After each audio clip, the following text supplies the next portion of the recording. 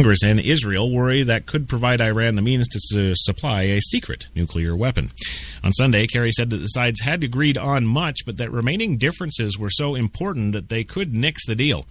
If there is outside intrinsics, if there is an unwillingness to move on the things that are important, President Obama has always said we'll be prepared to walk away. Kerry said, "It's not what everybody wants. We want to get an agreement." Well, you keep on saying that. Yeah, you keep on saying that, and we'll just keep on reporting it over and over and over again. That's what we're going to do. Yeah. Power, that's why power is corrupt, and it is. We see it every day. We see it in every job. It's the same thing. Well, it's good to see you're still awake. Yes? All right, we're going to go over for that second commercial break, but don't you go anywhere, because when we come back, we're going to tell you about the idiot students at Yale. Yes. See, and that's why I've always been a Harvard man. Yeah. Yes, the idiot students at Yale and the petition, of course, to rename Calhoun College because it's anti-Negro. You're laughing like you think I'm kidding. I'm not. We're back in 2. You've got it locked to HTLA Radio 1, New York. Good morning. Welcome to Tim Hortons Cafe and Bake Shop, where fresh always tastes better. What can I make you this morning?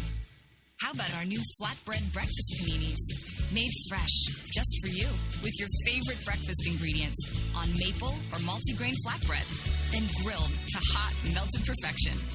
Just $2.99. Who couldn't warm up to that? Tim Hortons Cafe and Bake Shop, where quality really does meet value.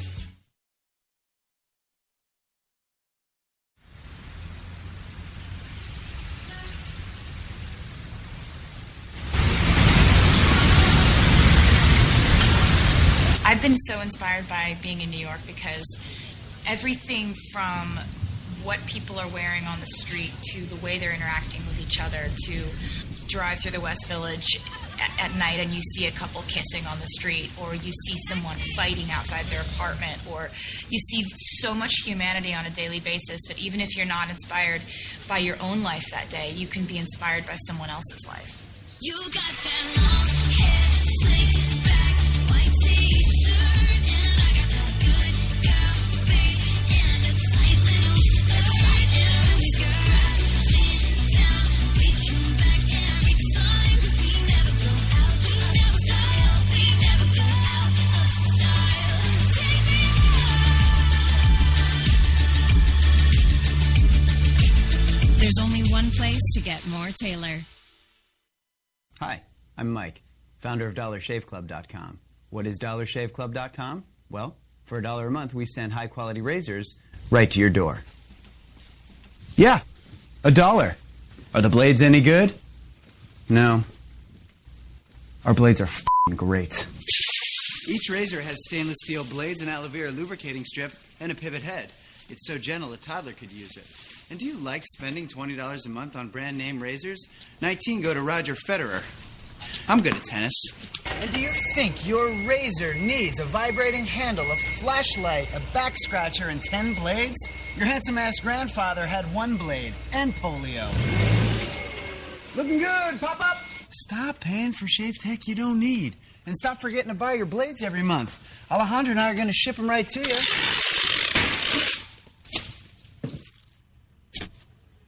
We're not just selling razors, we're also making new jobs. Alejandro, what were you doing last month? Not working. What are you doing now? Working. I'm no Vanderbilt, but this train makes hay. So stop forgetting to buy your blades every month and start deciding where you're going to stack all those dollar bills I'm saving you. We are DollarShaveClub.com, and the party is on.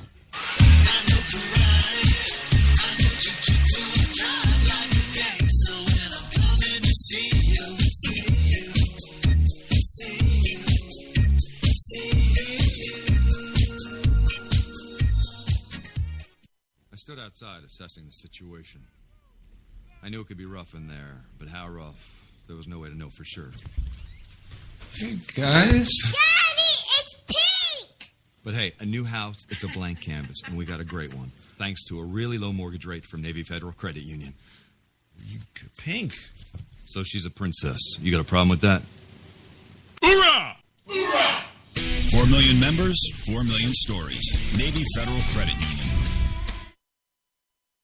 Automatic freshness, softness, and static control has never been easier with the Bounce dryer bar.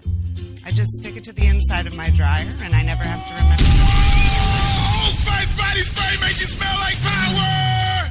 It's so powerful it sells itself in other people's commercials. You smell like outdoor freshness. You smell like power. Yeah, I do.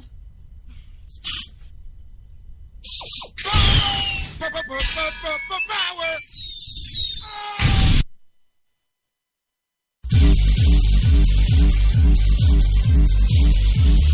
We're New York's best talk radio, HTLA Radio 1.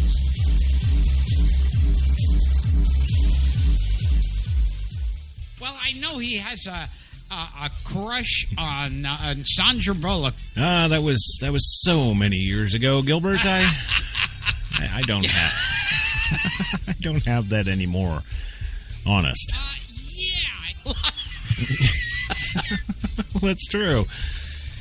I don't. I really don't. She can just burn in hell for all That's a famous story about Jerry Lee Lewis. You heard that story, haven't you? Yeah, we have, Louie, and don't give a fluke. And see, Jenny didn't have to actually beat me there because, of course, I was using the Norwegian word fluke.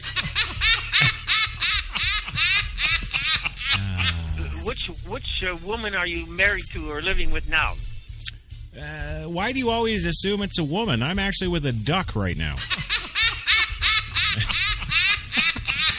See, you can actually hear her right there quacking. Did you? Yeah. Oh, now you're not quacking. Oh, that's right. Well, honey, you just keep that our little secret. Yes. You know? Welcome back, of course, to the big show. Of course, your coffee and cigarettes Thursday double-double on HTLA Radio 1, New York's best talk, of course, where it is currently 79 degrees Central Park right now. Sunny with a few clouds kicking around. Not really a big deal. And thanks, of course, to our weatherman, Frankie McDonald, as always. Yes, Devlon, a duck. Yeah. We're going back to those corporate spokespeople again at the beginning of the show. That first one there about, what was it? Affleck! And what's it like, Gilbert, to be, when you got casted? Yes. Did they tell you that you were going to read as being a duck? Yes. Yeah? Okay. And you pulled it off better than all the rest, and you got the job. You did. You got that job, and you were on your way, and now look at all the incredible celebrity you've gained. Look at that. And now I have to bring up that piece of trivia that everyone feels like they're telling people that they don't know. Uh-huh. Okay. You're a duck. Let's fight Hitler! Okay. All right. We can do that. I think you've lost it. I'd like to have that as my slogan in life. Okay. Well, okay. Officially, Gilbert, I've lost it. Godfrey. There you go. Well, moving on today. Give me any help for $25,000. No, shut the freak up. Yes, I don't know how you spell that Norwegian word, but yeah, shut the freak up. That was a mistake on my part. Yes, it was. Yes, it was. But that's okay. That's okay. We're on it. We've got it all fixed, and now we can continue on with the goddamn show. Yes. On there. And just before the break there, we told you about the Yale students now petitioning to rename Calhoun College. Yes, it's true. Yale University students are asking the school's administration to change the name of Calhoun College, one of Yale's 12 residential colleges, in, of course, the wake of the racially motivated church shooting in Charleston, South Carolina. Yes, apparently the PCers are doing their homework. Yes. Why are they doing this, you ask? Well, you see, the college is actually named after John C. Calhoun. Yes. Yeah.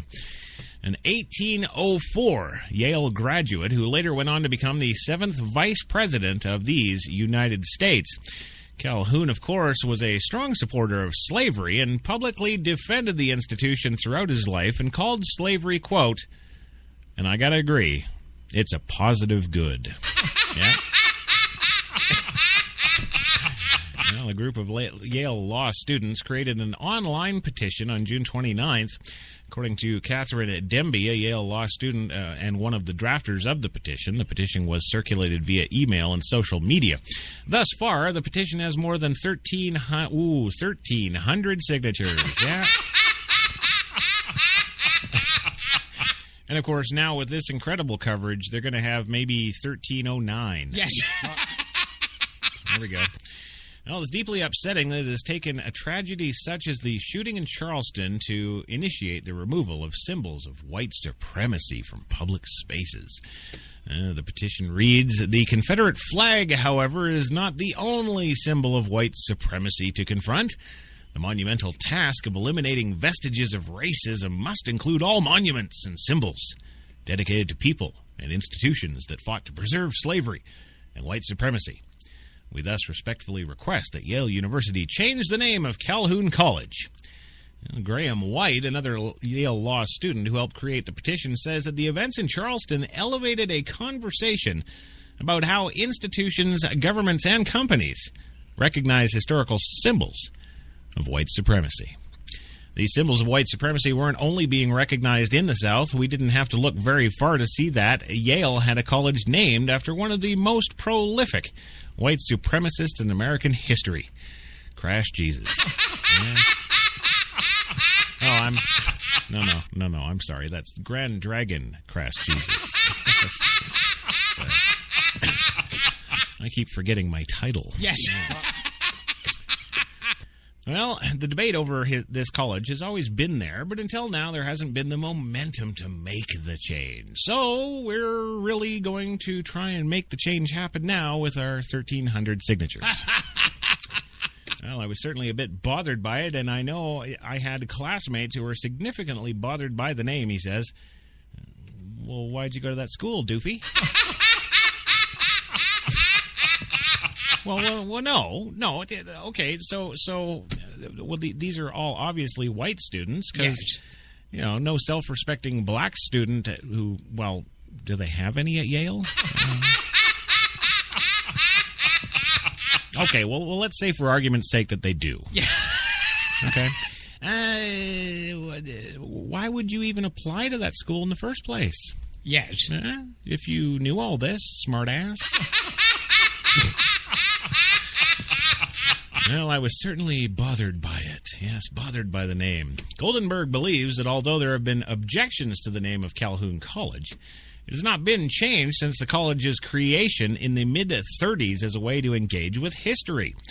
There's this idea that having a name like that on a residential college helps preserve some history and has us talking about painful racial past, both in the university and indeed the nation, Goldberg says. He also says, I think there are other ways that we can engage with history other than to continue to have a building named for an ardent racist. Yeah. Well, Yale spokeswoman Carol Pert told the Associated Press that the school welcomes the discussions that have emerged. Yes, of course, the tragedy in Charleston, on top of countless preceding tragedies in our country's history, has elevated public opinion and discourse on difficult subjects that have too long been avoided, Pert said. It's only 1,300 signatures. Well, Denby she says that she believes the university administration is open to the suggestions made in the petition. Well, of course, we're open to every suggestion. I'm not going to change anything, but we're open. Well, she cites the administration's decision in the 1990s to change a stained glass window in Calhoun College, which depicted a slave kneeling before Calhoun. Oh, no, that's a true story, Gilbert. Yes. Yeah, when they took that out in the 90s, they didn't smash it or anything. Yes. They took it out and they boxed it up, and it's funny. I was up with Kate up in upstate there, I guess about 6-8 months ago. Yes. And funny enough, we came across it, got it for $500, and it's hanging in my study. Yep. Yeah. Well, of course, that was taken out after a student approached the college's administration. Yes. So thank you to that student, whoever you are. Well, there's precedence for change, Demby says. Right, it's difficult to tell what, with the overall consensus on campus, is on the proposed name change, since most students are currently away due to summer break, but he says he's mainly received support for the ideas poised in the petition. According to White, there are a few who think that change is too symbolic of an action and not substantive enough to address the larger issues. We recognize that this is definitely a symbolic measure, but it's an important one because it would show that the university cares. It cares about the perspectives of minority students, and here's our voices, White says. I'm having a hard time with this story. Yes. I'm pretty sure they don't accept minorities at Yale. Well, they accept them at Chicago College because that's where Obama's going to be teaching. And speaking of Obama... Yes. Today, the Obama administration and congressional lawmakers monitored nuclear talks in Vienna on, today, that of course hang behind a landmark agreement with Iran on a further stalemate. Amid signs that the negotiators will blow through another deadline, White House spokesman Josh Earnest said today that the United States still seeks an agreement that would, of course, shut down any path toward Iranian nuclear weapons, as well as inspections to assure that Iran is complying. Right now, we're focused on trying to reach an agreement, Earnest said. Earnest also said U.S. negotiators are prepared to walk away if Iran will not make certain commitments with regard to its nuclear program. He added, this is a tough deal. President Obama spoke by video conference yesterday with Secretary of State John Kerry. And, of course, other members of the U.S. negotiating team. The president reviewed the progress of negotiations to date and provided guidance related to our ongoing efforts to achieve a good deal, the White House said in a statement. On Thursday, Kerry told reporters in Vienna that negotiators have made some progress, but some of the tough issues remain unresolved. Yes. Well, the United States and its allies are offering to reduce sanctions on Iran if it agrees to give up means to make nuclear weapons. For their part, the Iranians are demanding a quicker reduction of sanctions, less intrusive inspections, and easing of sanctions on weapons purchases from certain countries, officials said.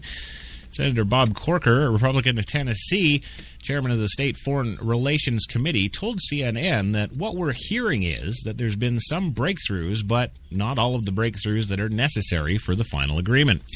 But I think it's possible people are feeling a bit more optimistic about getting something done, said Corker, who has been skeptical of some aspects of the Iran proposal. Yes, tune in tomorrow for the Iran update. Well, critics, including congressional Republicans and the Israeli government officials, question whether Iran would live up to an agreement that it gave up the pursuit of nuclear weapons. Iran says its nuclear program is for peaceful energy production in any event. And they're going to name it the Calhoun program. Yes, the Calhoun. Well, an inability to reach an agreement by Friday would increase the amount of time Congress has to review any Iran deal, expanding from 30 days to 60 because of the August recess. Negotiators in Vienna initially set a June 30th deadline for the final agreement, then extended that to July 7th, and then again to tonight at midnight. For months, the parties have operated under the interim agreement that freezes Iran. Yes, what is this Iran thing? Yes. Keeps the Iranian nuclear program in place. The U.S. has not ruled out an extension for that interim agreement. Republican lawmakers, skeptical of the proposed agreement in any event, have warned the administration not to rush into anything because of the congressional calendar. Corker urged U.S. negotiators this week, quote, to hold firm, take their time, and be prepared to step back from the table. This isn't that big of a deal. Well, moving on, we've got some more dangerous, scary things to worry about right here at home. Yes. Yes. That's right, we do. From all the way from Great Falls, Montana. Yes, my homeland. Multiple official sources today have confirmed the bodies of 17 dead bison discovered near the 4th of July weekend near a watering trough at the Fort Belknap Indian Reservation. On Monday, an additional bison was found. The exact cause of the bison death remains under investigation, but the sudden demise of so many animals is raising concerns both from tribal members and area ranchers that the aliens are hard at work. A repeated request for comment from Fort Belknap tribal offices went unanswered Wednesday because they don't talk to Canadians. That's right. However, a Facebook posting by the head of the tribe's Buffalo Management Program, yes, they have a Buffalo Management Program called the Calhoun Buffalo Management Program. And they fleshed out the details of what is known. Quote, there were 17 head of buffalo that were found dead on Saturday mid-morning, states a post from Buffalo Wrangler Bronk Speak Thunder. Yes, Bronk Speak Thunder. Yes. So, between Thursday night and Saturday morning, something happened that is yet to be determined. Also, one appeared to be in good shape with no symptoms of being anything wrong, and died between the time I left Sunday night and early Monday morning, making it an 18 total. Precautions were advised by two different vets who took blood samples and sent them to the lab. Speak Thunder's Facebook post continues today, July 7th. The results from the lab were good to give them up for tissue samples, which were given to the federal government, men in black. Well, he says the test results take 3 days to come back. Therefore, my answer is I do not know what happened until the test results come back. Famous last words, you'll never see those men in black again. Yes. But hey, thanks for the bison blood. Well, we'll see what it looks like in 2 days, says Dr. A.W. Layton. Yes, we'll see where those tests are going. Layton said, I'm not going to release any information until the test is completed or the government doesn't shut me up. Well, I've known about it since Monday morning, says Chairman Frank DePriest. I have nothing that is verifiable, but I heard that they were gathered around a water trough. My first thoughts were that they had run out of water. However, upon further examination, the water trough was full, and State Livestock Inspector Mark Simonson cautioned against underground speculation as to what caused the animal's death, but acknowledged that various rumors were afloat regarding the end of their lives, including concerns about a possible outbreak of anthrax or indeed UFO abduction. Apparently, the initial anthrax tests are negative, Simonson said, of early diagnostic lab results. They're also looking at possible water problems, something they drank. It could be a salt problem, it could be an algae problem, or maybe they just got probed up the ass. Well, if they're being mistreated, that's one thing, DePriest said, but if it's disease, that's another. He added that the dead bison were almost certainly members of a larger herd moved out of Yellowstone National Park in 2012, a hotbed of alien activity. Well, a collaborative effort between the Fort Peck Indian Reservation, Montana Fish and Wildlife, and Parks and the U.S. Fish and Wildlife Service, of course, facilitated the transfer of 90 animals to a pasture near Poplar on the Fort Peck Indian Reservation in 2012. A segment of that herd was subsequently moved to Fort Belknap in 2013. Yes. Well, they established a new pasture with a new fence and everything, DePriest said. They drilled a water well that was drilled specifically for the buffalo, and it sits maybe a quarter mile off the highway. And they got some 30 of them from Fort Peck. And what all this has to do with the alien conspiracy, we don't know. I think they're just throwing in all this information to throw us off the alien conspiracy. There we go.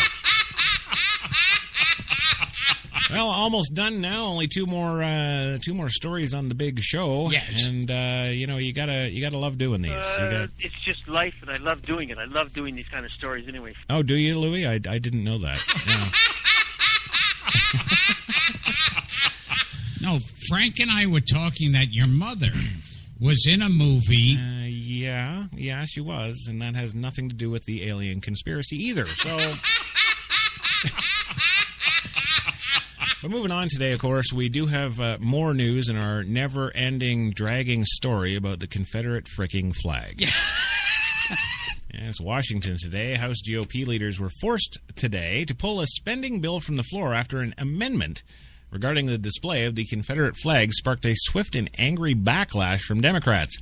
House Republicans want to keep the Confederate flag and all that it stands for flying high. Yes, oddly enough, that was from Rep. Dan Clindy, Democrat of Michigan, one of a number of Democrats who took the floor late yesterday and early today to denounce Republicans over an amendment offered late Wednesday by Republican Ken Calvert of California. Republicans said the amendment was only intended to clarify existing new standards established by the Obama administration. The optics and the timing of the vote, the same day South Carolina lawmakers voted to remove the Confederate flag from the State House grounds, forced party leaders to pull the bill to defuse the situation. Were they going to have a riot in the House? Defuse? I do not want this to become some political football, says House Speaker John Boehner. I want members on both sides of the aisle to sit down and let's have a conversation about how to address what, frankly, has become a very thorny issue. Yeah.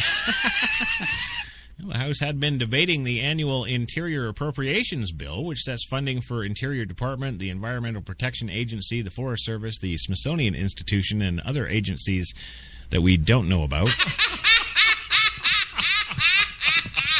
During the debate on the bill this week, the House approved without opposition a trio of amendments restricting the Confederate flag, including one by Rep. Hakeem Jeffries, an Al-Qaeda from Detroit. Of course, to prohibit federal funds for the purchase or display of the flag on any lands overseen by the National Park Service, and two amendments by Rep. Jared Huffman, Democrat of California, to prohibit the use of flags on graves or Confederate soldiers and to ban the Park Service from selling merchandise with the flag imagery on it. Wow. Who are they to say what we put on our grave? Really? They get crazy because all of a sudden nobody loves them. Well, they're not getting any love from me. That's for sure there. Well, a block of Southern lawmakers took issue with the gravesite prohibition, in part because 10 Southern states observe Confederate Memorial Day, an official holiday where Confederate graves are often decorated for the day with the flag. In consultation with the GOP leaders, Calvert announced late Wednesday that there would be another flag amendment intended to clarify that the flag can indeed be displayed in narrow circumstances on parklands under guidelines established by the administration. According to the Interior Department guidelines, states that honor the Confederate memorial flag may permit groups at no public cost to decorate the graves of Confederate soldiers with small Confederate flags that must be, quote, removed from the graves as soon as possible following the holiday. Calvert conceded that he should have conferred with the Democrats to explain the intent of the amendment. Looking back, I regret not conferring with my colleagues on the other side of the aisle, especially my ranking member, Belly McCollum, or, well, we could use her real name too, Betty McCollum. Yeah? Oh, Betty, nice. Thank you for calling Microsoft. How can I help you today? Yes. Belly McCollum, prior to... I said belly again. What the hell am I doing? Huh? I'm so sorry, sir.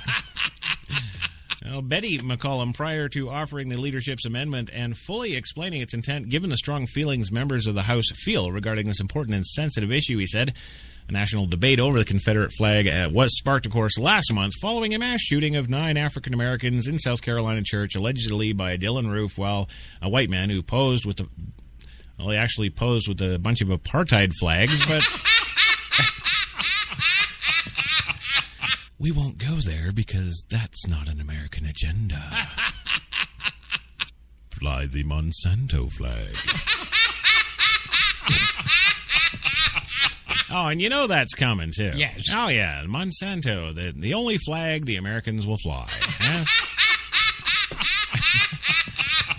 Well, finally today, in our big comeback week extravaganza, I guess you might want to call it something somehow. Yeah.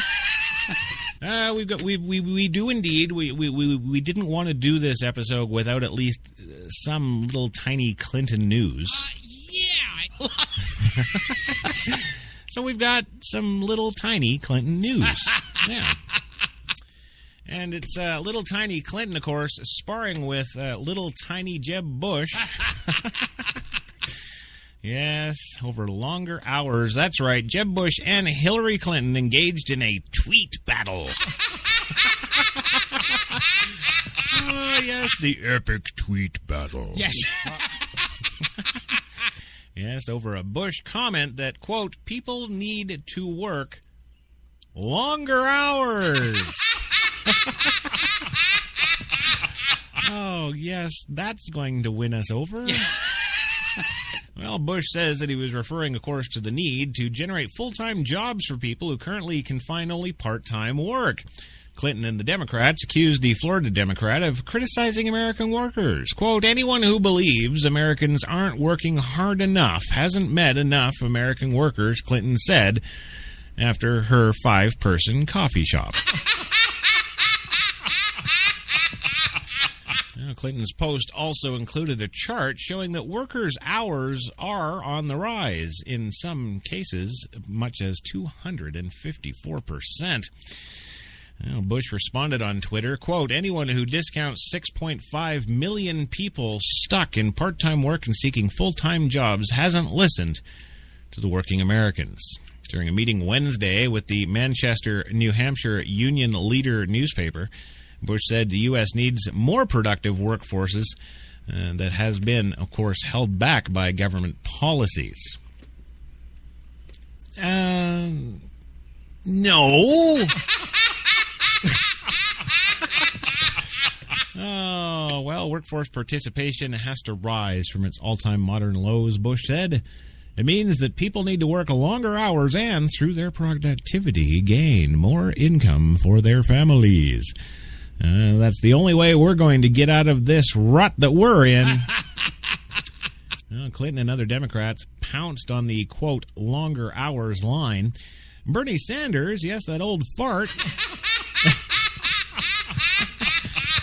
who is, of course, challenging Clinton for the 2016 Democratic nomination and just might do it. Yes, he might beat Scooby-Doo. Well, he took to Twitter today to say, quote, Bush doesn't understand what's happening in our economy today. Americans already work the longest hours in the Western industrialized world. Tweeted Bush Communications Director Tim Miller, my Uber driver to Manchester Airport, Kimberly, is trying to make extra dollars because she had trouble getting full-time work. I've got her now under the table, earning good. And oddly enough, that's exactly where the entire story ends. That's it. The music is fantastic. Oh, you got to hear it. All right. There's the music, Louie. Yes. That's right, gang. It is 4:34 in the p.m. in New York, and we are done for the day. I want to thank all the listeners out there in Spreakerland, Stitcherland, iHeartland, Podcast One, Universal Radio, all the lands out there. We're gonna. Thank you for listening to the show. Thank you, Louie, for being here, as always. I nearly got kicked out of a theater. I can't remember what I saw about 2 weeks ago because I was booing and screaming. Right, well, you keep up the good work. Yeah. Also, Gilbert, thank you again, bud, for being here. We'll catch you tomorrow. Thank you for listening and support the show for the love of God.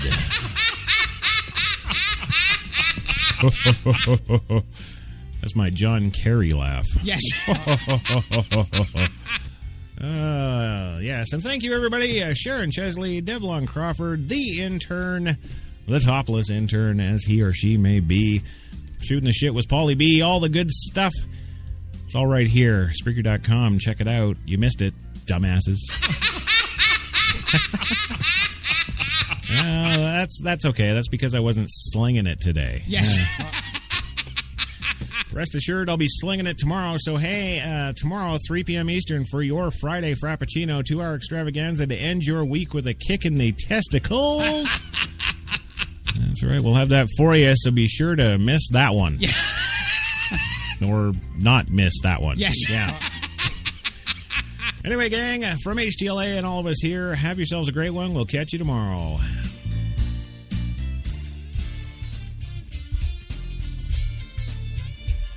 Well, there it is. That's the music. That's right. The intro music, not the actual theme. Oh, no. Well, hey, how are you today, everybody? Huh? Are you ready for the weekend? I know we are. That's right. You got to tune to HTLA Radio 1, New York's best talk. And, of course, it is 3 p.m. Eastern in the big city of New York. And that can only mean the one thing. Yes, that's right. Your coffee and cigarettes time. The Friday Frappuccino. That's what we got going today. And what do we got going today? Well, hey, we're going to give you a nice special 2-hour extravaganza gift just to kick you off into the weekend. That's right. So many stories on the big show today. Oh, my God. That's right. First up, the FBI chief says that accused shooter there, Mr. Roof, well, he shouldn't have been able to buy a gun. Well, I'd remind the FBI man that, hey, he didn't buy the gun. Dad bought it for him. Next window. Yeah. And we'll tell you about a Minnesota boy today who got a brain infection after swimming. Yes, he got some nasties in the water there, and he's unfortunately dead. Also today, Trump's on the move. Yes, he's out in Arizona dividing up the whole state, figuring out what he's going to buy and what he's going to lease. GOP in advance of the campaign visit, while Donald Trump's comments are getting, well, they're getting repercussions. That's right. Young voters are angry with him, and they're going to let him know. Yes, apparently. In other stories today, there's been more than 60 million people on this planet displaced by war in just 2015 alone. We'll tell you about that and the NAACP, of course. We'll look at sending the South Carolina boycott over the Confederate flag as that flag comes down in South Carolina today. So much more today, including everyone's flavor favorite Obama news. Yes, we got it. All that and so much more. So, hey. Come on in, grab yourself a cup, have a seat, light one up. It's coffee time.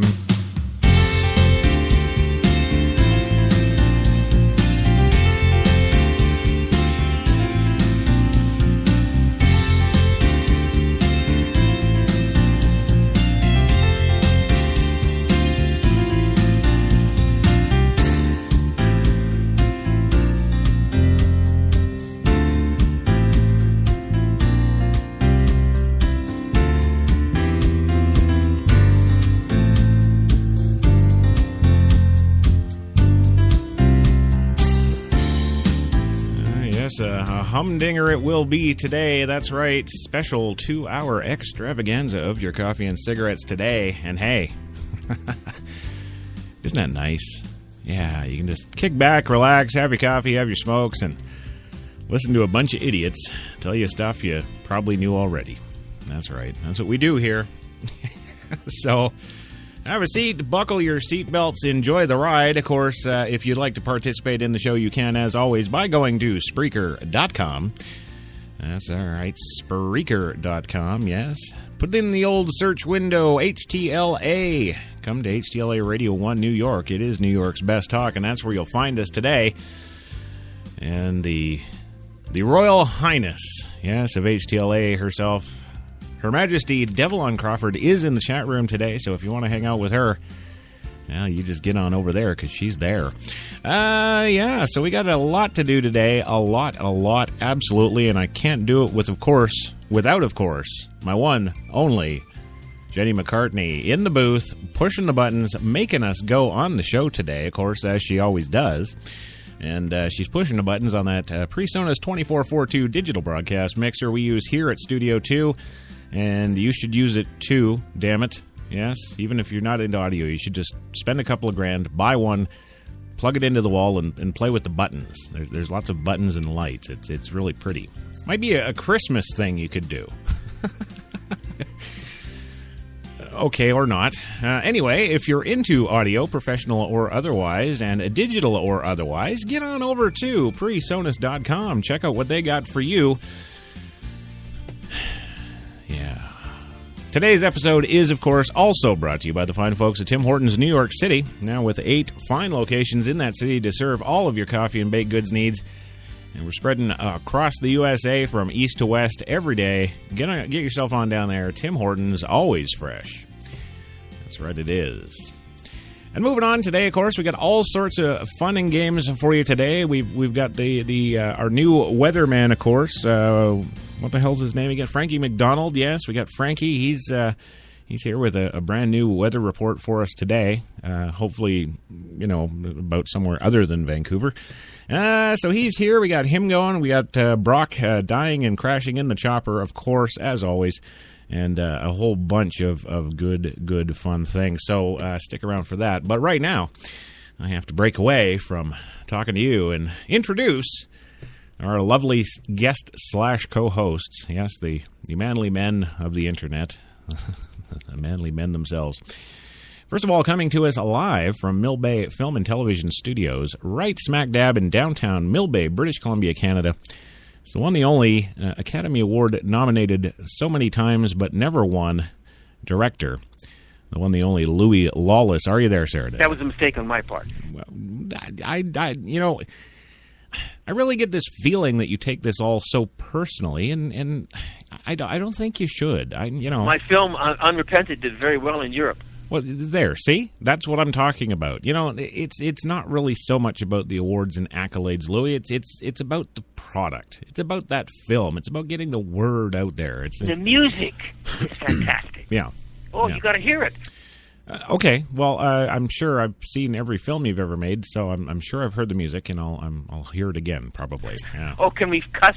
Can I cuss as I always do on the show? Mm-hmm. Yeah, you go right ahead. We're all about the cussing here. Jenny's got you on that 20-second delay, so feel free to fill your boots. It's about fucking time. Move on. All right. Well, moving on today, about 8 blocks down the street, right here in downtown Manhattan, coming to us from his beautiful, sprawling apartment up on the 58th floor of the Neiman Marcus building, of course, is the the one, the only Gilbert Gottfried. Sarah, thanks for... Well, I'm not going to tell them where you actually live. They'll show up there. Come on, man. Get with it. Yes. So, give us a little intro, Gilbert. Don't screw it up. And this is... I that up. Okay.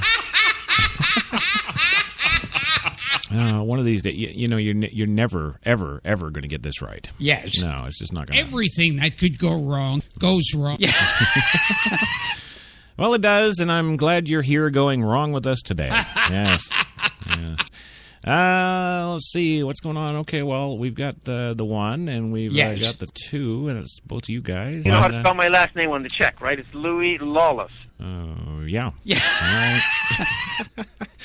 It's funny that we've got we've got another fellow Irishman there, Louis. Yes. Yeah, and we've got our resident Jew, Gilbert. Yes. Yeah. And it's really funny to me that the one that's always talking about money is the Irishman. But what are you going to do? Yes. What are you going to do when you live in that shoe? Anyway, moving on today, now that we've got you fine gentlemen all belted into your seats and ready for warp speed. Yes. Well, I guess it's time to take you on that warp speed extravaganza. Yeah. No? Yeah. Okay. All right, don't. You just hold back, you little prick. Well, moving on today, like I said, we got a lot of stories to cover. Yes. First of all, well, the first one kind of, it's retarded. Yeah. Yeah, it is. It's, of course, the FBI chief, of course, talking about the accused shooter and how he shouldn't have been able to buy a gun. Yes. Yeah. When, of course, we all know from the initial reports way back when, his dad gave it to him for his birthday. They get crazy because all of a sudden nobody loves them. Right. Yes. You know, you said that before, Louie, and I've always said to you about that, you know, somebody loved him, Dad loved him, he gave him the birthday present, you know? So there you go. Don't sit there and... Well, okay, I think, see, this is something like a lot of people don't understand, but I know you understand it, and like in I think we both have that fascination of show business that it's a love-hate relationship. Okay, yeah, I'll go with that, but what the hell does that have to do with the FBI, guns, birthdays, or anything else? what does that have anything? And another time, you were going to buy drugs from your pusher, and you were like a block away, and then somebody walked up to your pusher first. Right. And shot your pusher. Well, you know. Yeah. Those things happen, but again, well, okay, I see where you've thrown in the gun there. Okay.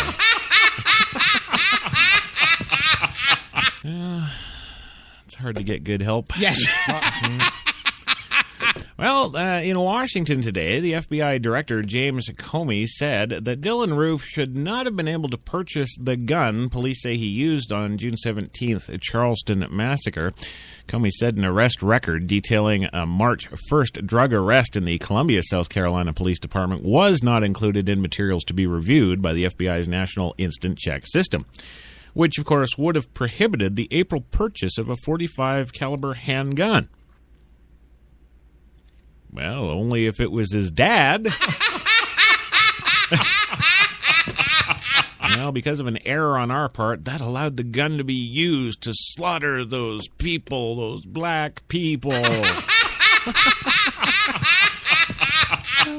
It's very painful, Comey said. Yes. Well, during the mandatory background check prior to the attempted April 11th gun purchase, Roof's March 1st arrest on felony drug charges was mistakenly attributed to the Lexington County, South Carolina Sheriff's Department, not Columbia Police. Columbia Police report included information that Roof admitted to drug possession, which would have triggered a denial by the FBI NAACP review process. That information was never seen by the reviewer because the FBI's database did not include Columbia Police contracts in its check of Lexington County, where Roof had been held after the arrest. Because the reviewer was unable to resolve the matter, the purchase was delayed for a maximum 3 days before the gun was finally allowed to be transferred April 16th. We were all sick about what happened, Comey. Why are these guys taking the blame? Dad bought it for him for his birthday. We're sickened by what happened, Comey said, adding that he has ordered a review of that gun. Oh, I see. This is so that they can review the gun background check process. It's all coming together now. Yeah. Well, the record's breakdown, Comey suggested, was a part of a cascade of failures that allowed Roof to obtain the weapon used in the attack. However, we all know that Roof's dad bought it for him for his birthday. Yeah. There you go. It's, oh, yeah. Dark roast. Yes. You just don't know what you're missing, Gilbert, if you don't enjoy that dark roast. Yes. Yeah. Well, I geez, I guess I should watch that. The NAACP might have a problem with that. What you be talking about dark roast for?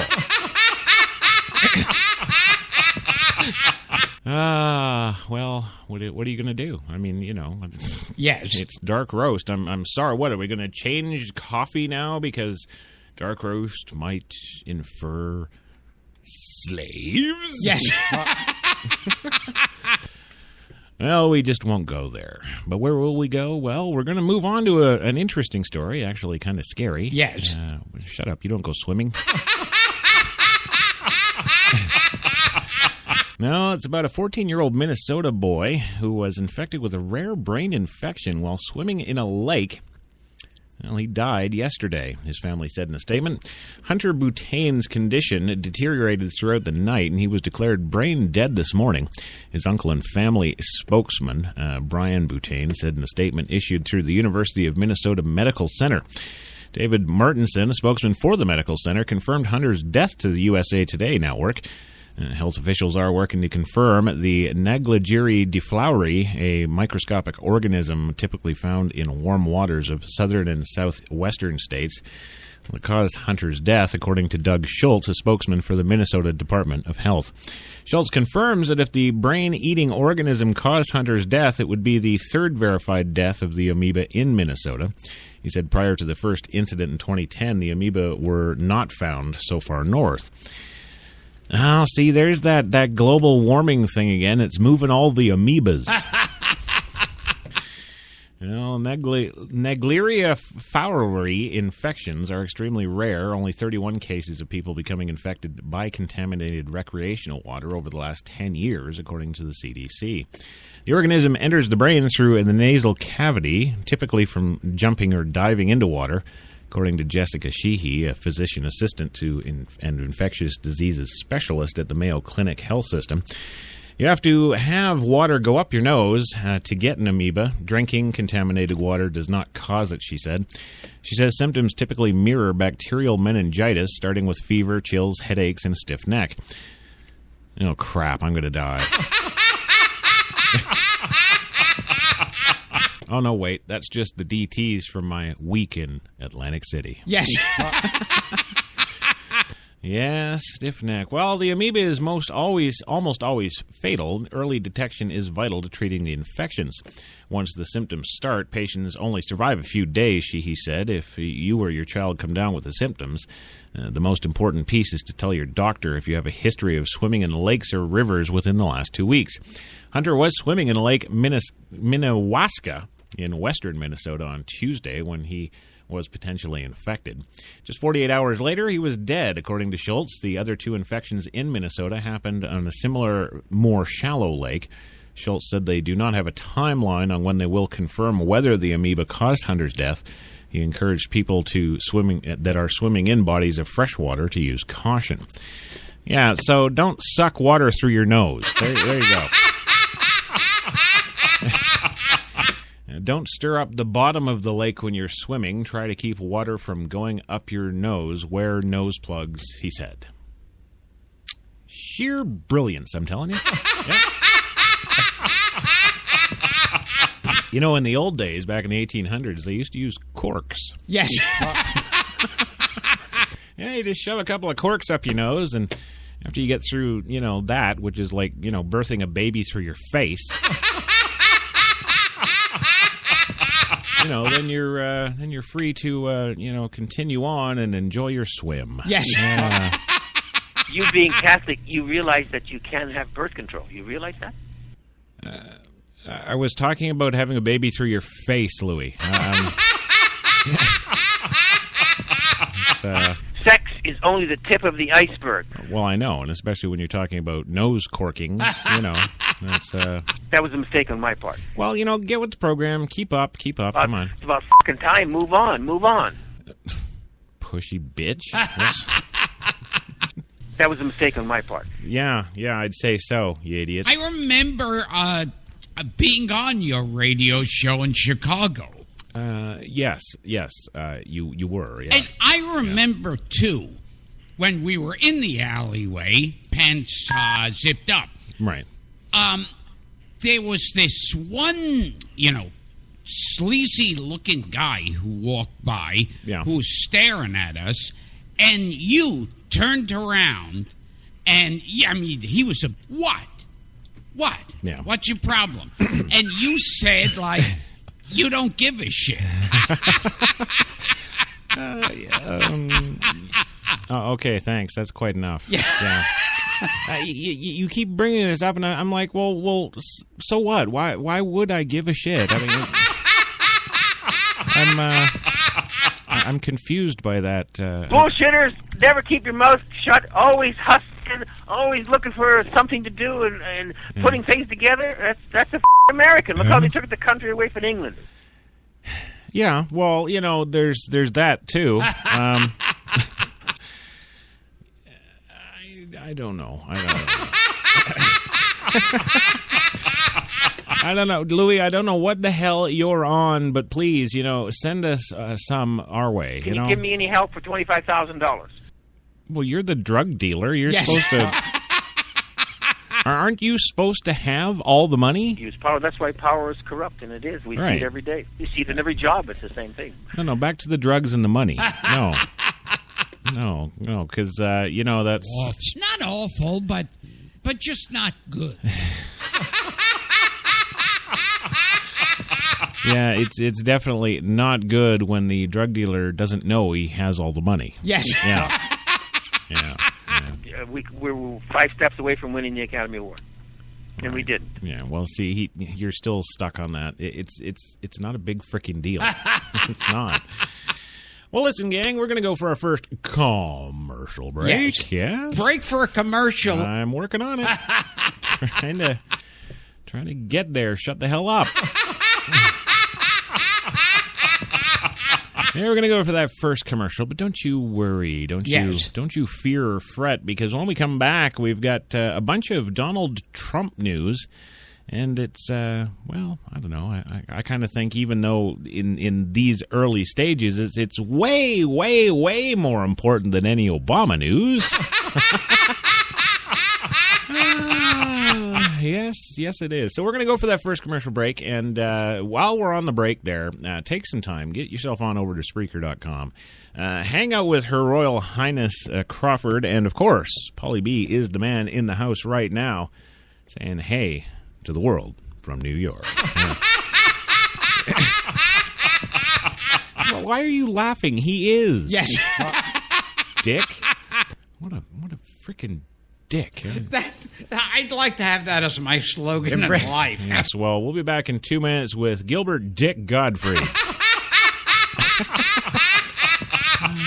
We will, absolutely. But we got that Obama news way, like 2 hours away, way at the end of the show. Yeah. We got that stuff. But Trump news coming up next, kind of interesting. Wonder if the guy's actually going to make it. Yes. Yeah. Oh, really? You got an inside track, do you? Yes. Yeah? Well, I don't know, but we're going to find out coming up next. Hang on. We're New York's best talk radio, HTLA Radio 1.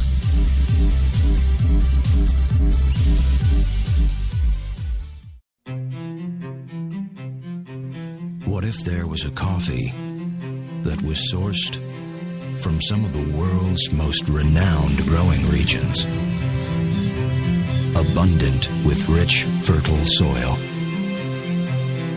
What if this coffee was picked at the perfect moment, then packed meticulously and shipped carefully to be roasted under the watchful eye of coffee masters? What if it was expertly blended, ground, and sealed, ensuring maximum flavor and freshness, then brewed in small batches and always served fresh within 20 minutes, just the way you like it? Now, what if this coffee just happened to be the coffee you already know and love? Tim Hortons. Always fresh, always great tasting coffee. Automatic freshness, softness, and static control has never been easier with the Bounce Dryer Bar. I just stick it to the inside of my dryer, and I never have to remember. Oh, Spice Body Spray makes you smell like power! It's so powerful it sells itself in other people's commercials. You smell like outdoor freshness. You smell like power. Yeah, I do. Power! Power! I stood outside assessing the situation. I knew it could be rough in there, but how rough, there was no way to know for sure. Hey, guys. Daddy, it's pink! But hey, a new house, it's a blank canvas, and we got a great one. Thanks to a really low mortgage rate from Navy Federal Credit Union. Pink. So she's a princess. You got a problem with that? Hoorah! 4 million members, 4 million stories. Navy Federal Credit Union. Hi, I'm Mike, founder of DollarShaveClub.com. What is DollarShaveClub.com? Well, for $1 a month, we send high-quality razors right to your door. Yeah, $1. Are the blades any good? No.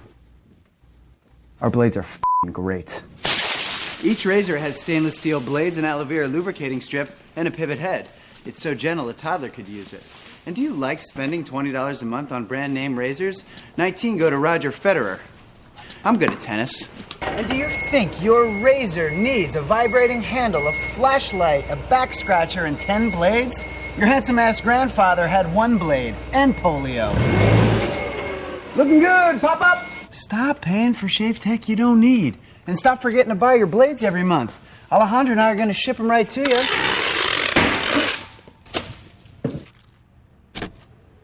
We're not just selling razors, we're also making new jobs. Alejandro, what were you doing last month? Not working. What are you doing now? Working. I'm no Vanderbilt, but this train makes hay. So stop forgetting to buy your blades every month and start deciding where you're going to stack all those dollar bills I'm saving you.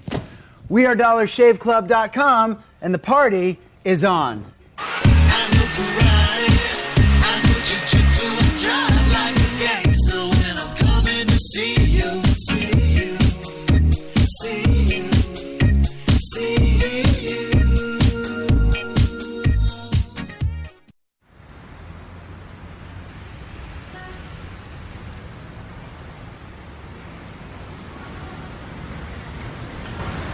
I've been so inspired by being in New York because everything from what people are wearing on the street to the way they're interacting with each other, to drive through the West Village at night and you see a couple kissing on the street, or you see someone fighting outside their apartment, or you see so much humanity on a daily basis that even if you're not inspired by your own life that day, you can be inspired by someone else's life. You got that long hair, slicked back, white t-shirt, and I got that good girl face and a tight little skirt. And when we go crashing down, we come back every time, 'cause we never go out, we never style, we never go out of style. Take me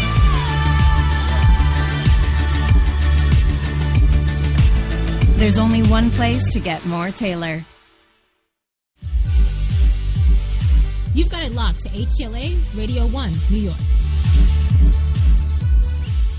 Break for a commercial. Oh, that's funny.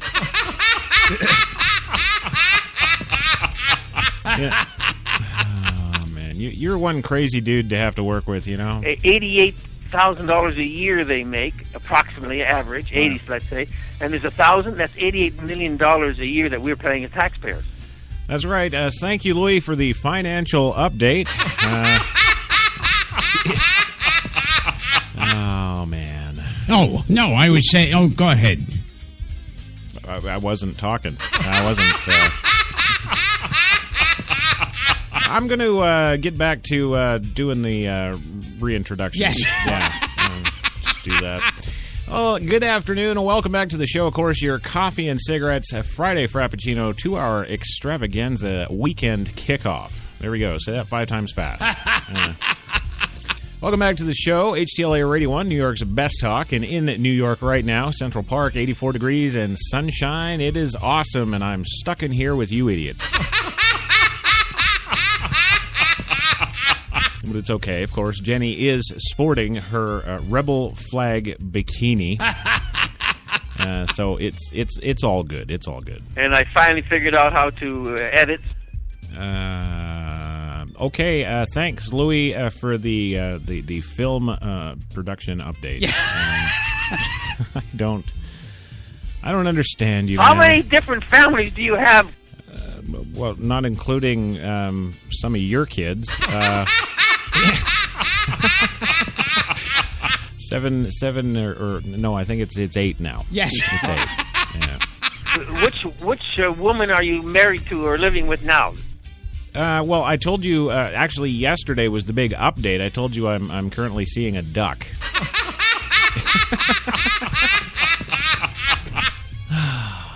There we go. We're back. It's about fucking time. Move on. Okay, fine. Yes. Moving on today, of course, back on the big show. And what do we got going on next up on the big items up for bids here on the news stories are right, wrong, or, well, who really knows? Yeah, we got the Donald Trump stuff going on right now. Yes, he's in Arizona, dividing it all up. He's gonna buy it. Yes, he's gonna buy it all. Own it. Own you, Arizonians. Yes. Yeah, that's what he's doing. And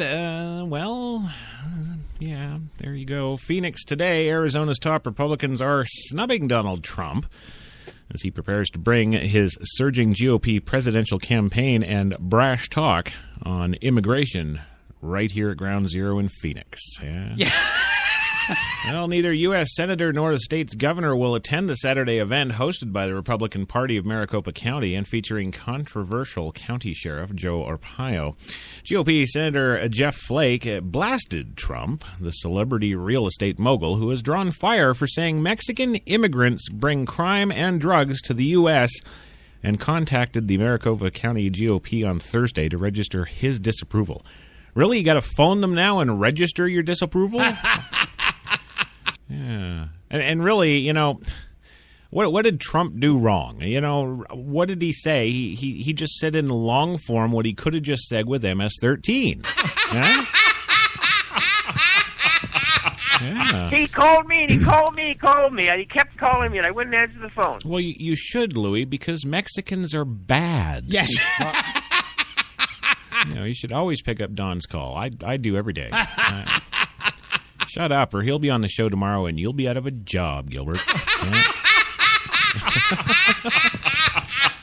Well, Donald Trump's views are coarse, ill-informed, and inaccurate. Really? I thought bang on was more the quote. No, I'd say... Same thing. Yeah, it is. It's bang on. Absolutely too bad. Yeah. Well, he said Flake, with the GOP Senator John McCain, was one of the authors of the bipartisan comprehensive immigration reform measure that passed the Senate in 2013. As an elected Republican official, I'm disappointed the country party would host a speaker that so damages the party's image.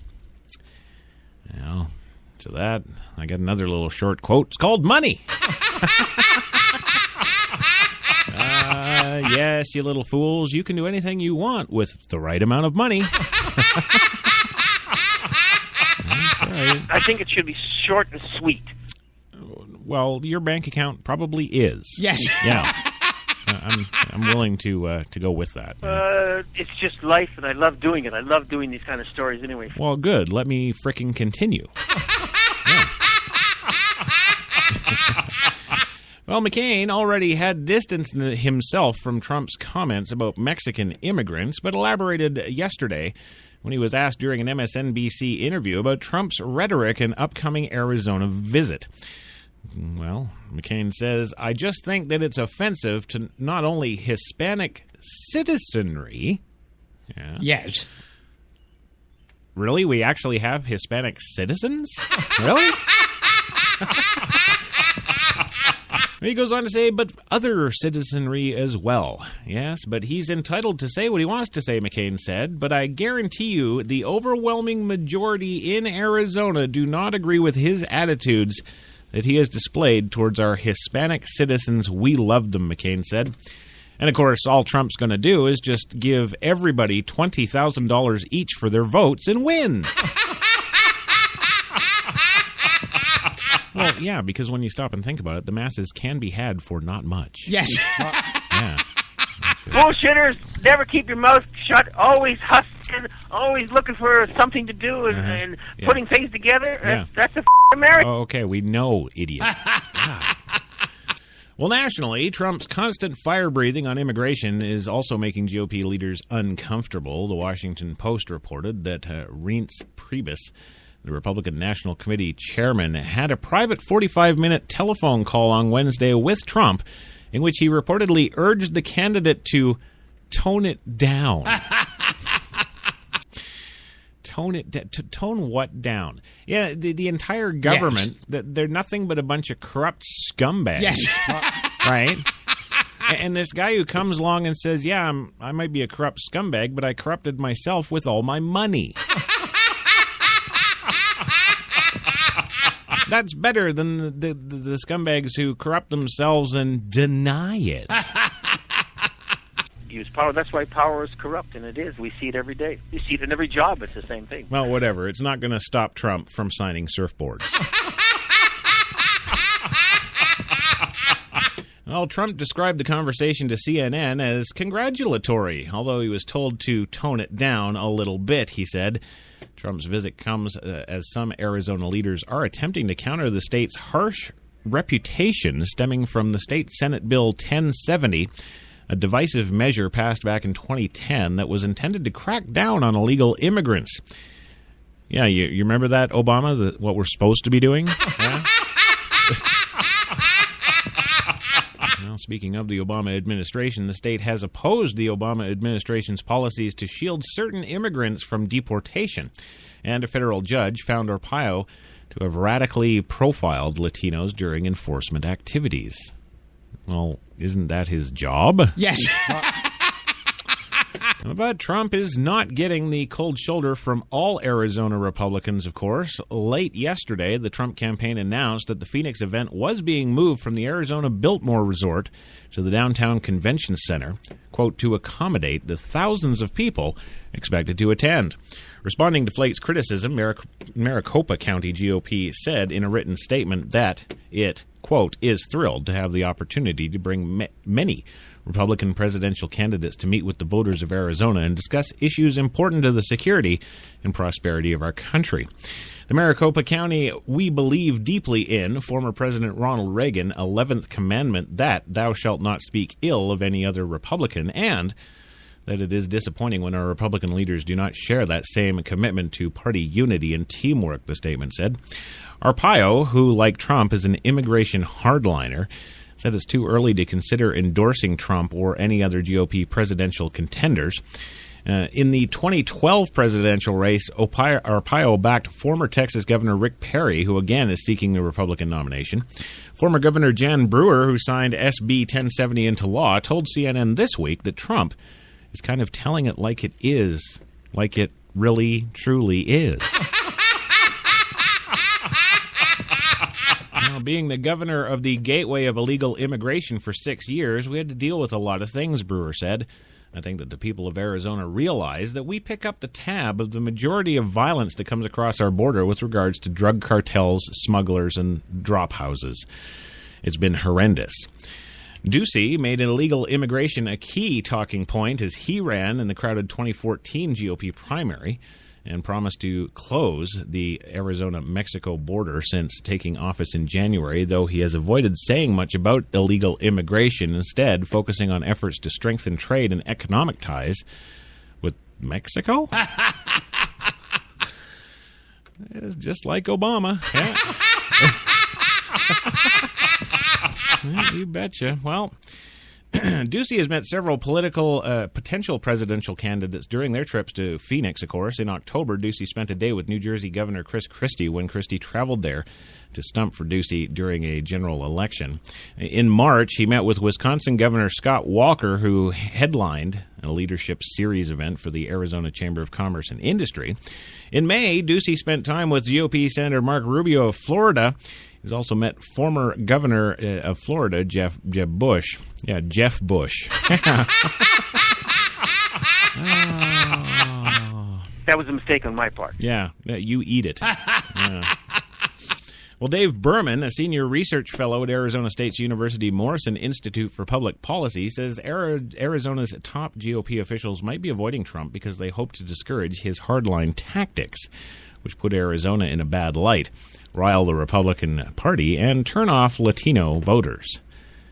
Really? There's Latino voters? I'm just stunned. Yes. Well, there's a feeling among establishment Republicans like them that he's just such a loose cannon, just an extremist, and we would be a disaster on the national ticket, Berman said. But he said the high number of RSVPs to the event highlight Trump's popularity among the right wing of the party. The Republicans and the Conservatives have really had a rough few weeks in Supreme Court decisions as of late. The Confederate flag is coming down, Berman said, like someone who's standing up and fighting and not giving in and not being, well, wishy-washy on everything.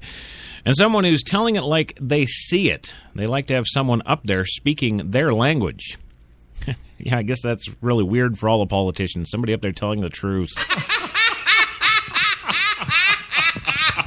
Well, in addition to Trump supporters and curious onlookers, the rally is expected to attract demonstrators from the immigrant rights community. Yes, groups such as the Puerto Human Rights LUCHA, the Arizona Dream Act Coalition, and the Mi Familia Voda have signaled that their members intend to protest.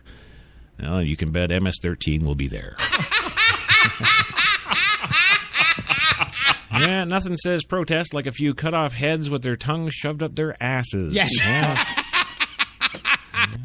Quite frankly, it's not worth our time, she said. He is speaking a very divisive and hateful language. He really doesn't understand how the economy operates when he's talking about removing immigrants from the economy. Really? Yeah. Trump's like the first guy walking down the street. Yes. I'd be like, oh, yeah, he doesn't understand the economy. Oh, yeah. He doesn't understand what taking all these illegals away is going to do to us. Well, to that I would submit to you, yes, he does. Yes. That should be the new campaign slogan, yes, he does. Yeah. Well, moving on further in some Donald Trump news today, of course, we've got some, young voter whiny bitch whiners. Really? No, that's all they are. Yes. That's all they are. They're getting action, yes, against Donald Trump for his comments. They won't stand for it. And you know what? I've totally screwed up because we're supposed to kill a black man now. I was just so excited to get into my Donald Trump stuff. Yes. I've just completely blown over. You know, poor Frankie McDonald has been out there in some hurricane or something for the last 10 minutes. Of course, Brock Favors is waiting to die. Yes. I'm really sorry, guys. I'm really sorry. Yes. It's the Friday thing. You got to cut me a little bit of slack. But without further ado, let's go and kill Brock. Yeah. and then we'll roll on with the Coffee and Cigarettes HTLA weather report. So first we go to HTLA Copter 1 and Brock Favors with the HTLA traffic. Brock. Hello, everybody out there. This is Brock Favors with traffic on the ones. Chad Armstrong is out sick today, so I am filling in for my usual land reports, and I'm up here in the chopper, but I gotta tell you guys, I am loving the view. Oh my God! Oh, no, stop! Oh! Whew. All right. Well, we are over the 10. It is massively clogged down there like a pint of maple syrup on a cool November morning. And we do, oh, goddamn, we're gonna die in this mother. Oh, my God! Woo! Okay. I am very sorry, folks. It's a little bit of a bumpy ride up here. We are now approaching the 405, where the left lane is blocked by a mattress. So somebody is going to be doing a little return to IKEA later today. You know what I'm saying? Oh, no, please! Oh, goddamn! Oh, get me out this motherfucking death machine right now! Oh, no, black people ain't meant to be in the sky! We ain't meant to be in the sky, man! Oh, mama, help me, mama! Oh, mama! But a 405 is up right now. Ain't nobody going down this. I'm sorry. I'm sorry. I'm very sorry, folks. I'm very sorry, but I'm losing my up here. Actually, you have every right to. We're about to crash.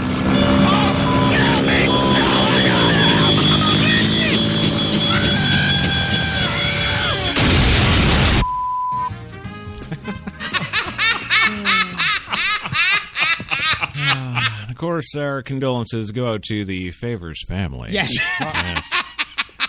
As always. My film, Unrepented, did very well in Europe. Well, I'm glad your film did well, you heartless bastard. We just had a man die here. The music is fantastic. Yeah. Oh, you got to hear it. Yeah, the funeral music? Yes. Yeah? Is that what you're talking about, Louis? Because, of course, we're talking about Brock's death. He's dead here, so I hope that you're talking about the funeral music. That was a mistake on my part. Well, have a little bloody compassion, okay? Just. It's about fucking time. Move on. All right. Well, you're right. It is time to move on. And of course, we just yesterday. Well, yesterday was kind of a funny day. Yes. It was a funny day. We had our new HTLA weatherman, meteorologist, whatever the hell you want to call him. Yes. Dick Gently. Yes. And Dick brought us the report, but apparently the folks up at the HTLA corporate offices upstairs were having none of it. And so we summarily fired Dick right on the air. Yes. And you'll know what that's like soon, Gilbert. Yes. Yeah, we fired Dick right on the air, and HTLA's corporate office upstairs told us to put on the feed from our apparent new HTLA meteorologist, Frankie McDonald, and he gave a report yesterday. Yes. Oh, God, what a report. And I still have nightmares about that report. I do. But in their infinite wisdom, yes. they have said we're sticking with Frankie because he's the real deal. Yes. And actually, of course, late into the evening last night, yes. I did go up to the corporate offices there and meet with the VPs. Yes. And, I turned on the news. I turned on CNN. Yes. I turned on NBC and MSNBC and all the other ones, whatever the hell they are. Yes. And I turned them all on. I went through to the weather reports yes. and showed them what, our competition out in the news mainstream media industry is doing when they give weather reports, right? Yes. And I did this, and then I played back. Well, okay, I didn't. Jenny did. She pushed the damn button. Yeah. She played back for them the report from Frankie yesterday on yesterday's show. Yes. That big whatever storm it was hitting Vancouver for forever. Yes. Yeah. Well, I played that for them, and I said to them, I said, do you really want this every day? And they were all staring at me blank and blinking. I don't know, I think it should be short and sweet. Well, and that's what I said to them, Louis. Yes. That's exactly what I said. It's got to be shorter. I mean, he went on for 5 minutes giving us the same information over and over yes. and over. And get your flashlights and your tickets and all this kind of stuff that didn't have anything to do with the weather. Yes. Well, anyway, my hour-and-a-half meeting was a complete waste of time. They've signed him on with a permanent contract here, so unfortunately, guest co-host, sorry, we're going to have to suffer through it. Yes. And, of course, indeed, out to all the HTLA listeners, wherever you may be on whatever platform around the world, we sincerely apologize for our new meteorologist right now. And I guess now that I've qualified all that crap, yes, we'll let's pull off the headphones for, I don't know, what's it usually take, 5 minutes? Yes. It's about fucking time. Move on. Okay. Yeah. All right. Well, here he is, coming to us live from the HTLA meteorological room. Actually, I think it's a closet. They just stuck a little monitor in there to make him feel important. Yes. But here he is, Frankie McDonald, HTLA's meteorologist, Frankie McDonald. Gotta qualify that. With today's weather report, Frankie, take it away, sir. This is Frankie McDonald, my own TV station live from Sydney, Nova Scotia. Typhoon Chanham is now headed towards Guam on Saturday, July 4th, 2015. It's going to bring up to 30-plus millimeters rain. It's going to be wind-driven rain. It's going to be sideways rain in Guam. And it's going to bring big, huge waves crashing on the beaches and shores of Guam as well. It's going to bring down power lines and snapping telephone poles in half and snapping tree branches in half. It's going to be powerful winds gusting up to well over 100 kilometers per hour, which is a Category 1 typhoon. It's going to bring powerful winds with wind-driven rain in Guam. Yeah. And the Typhoon Chanham is currently moving westward direction. Then it's going to turn west-northwest direction and aim towards Guam on Saturday, July 4th, 2015. It's going to bring a lot of rain and very strong winds. It's capable of knocking out power in snapping tree branches in half and bringing down power lines. Yes. And snapping telephone poles in half in Guam. You said that. People in Guam, be prepared. Have your rubber boots ready for raincoats, ready for raincoats, ready. During the Typhoon Chanham, stay indoors and don't go outside. Okay. Make sure you have your raincoats ready, rubber boots ready, your rain suits ready. Wear your rain gear, wear your rubber boots, wear your raincoats to keep you dry. When the typhoon gets real bad, stay indoors and don't go outside. Stay away from the beaches and don't go near the shores. Because the Typhoon Chanham is going to be real bad in Guam on Saturday, July 4th, 2015. It's going to bring powerful winds, big waves crashing along the shores. Make sure you have your flashlights ready, candles ready, crank up radio ready, generators ready, and extra batteries ready, and bottled water ready as well. Okay. All right. Order your pizzas and order your Chinese food. Buy cases of Pepsi, buy cases of Coke. Have your iPads charged. Have your iPhones charged. Have your Samsung Galaxy smartphones charged.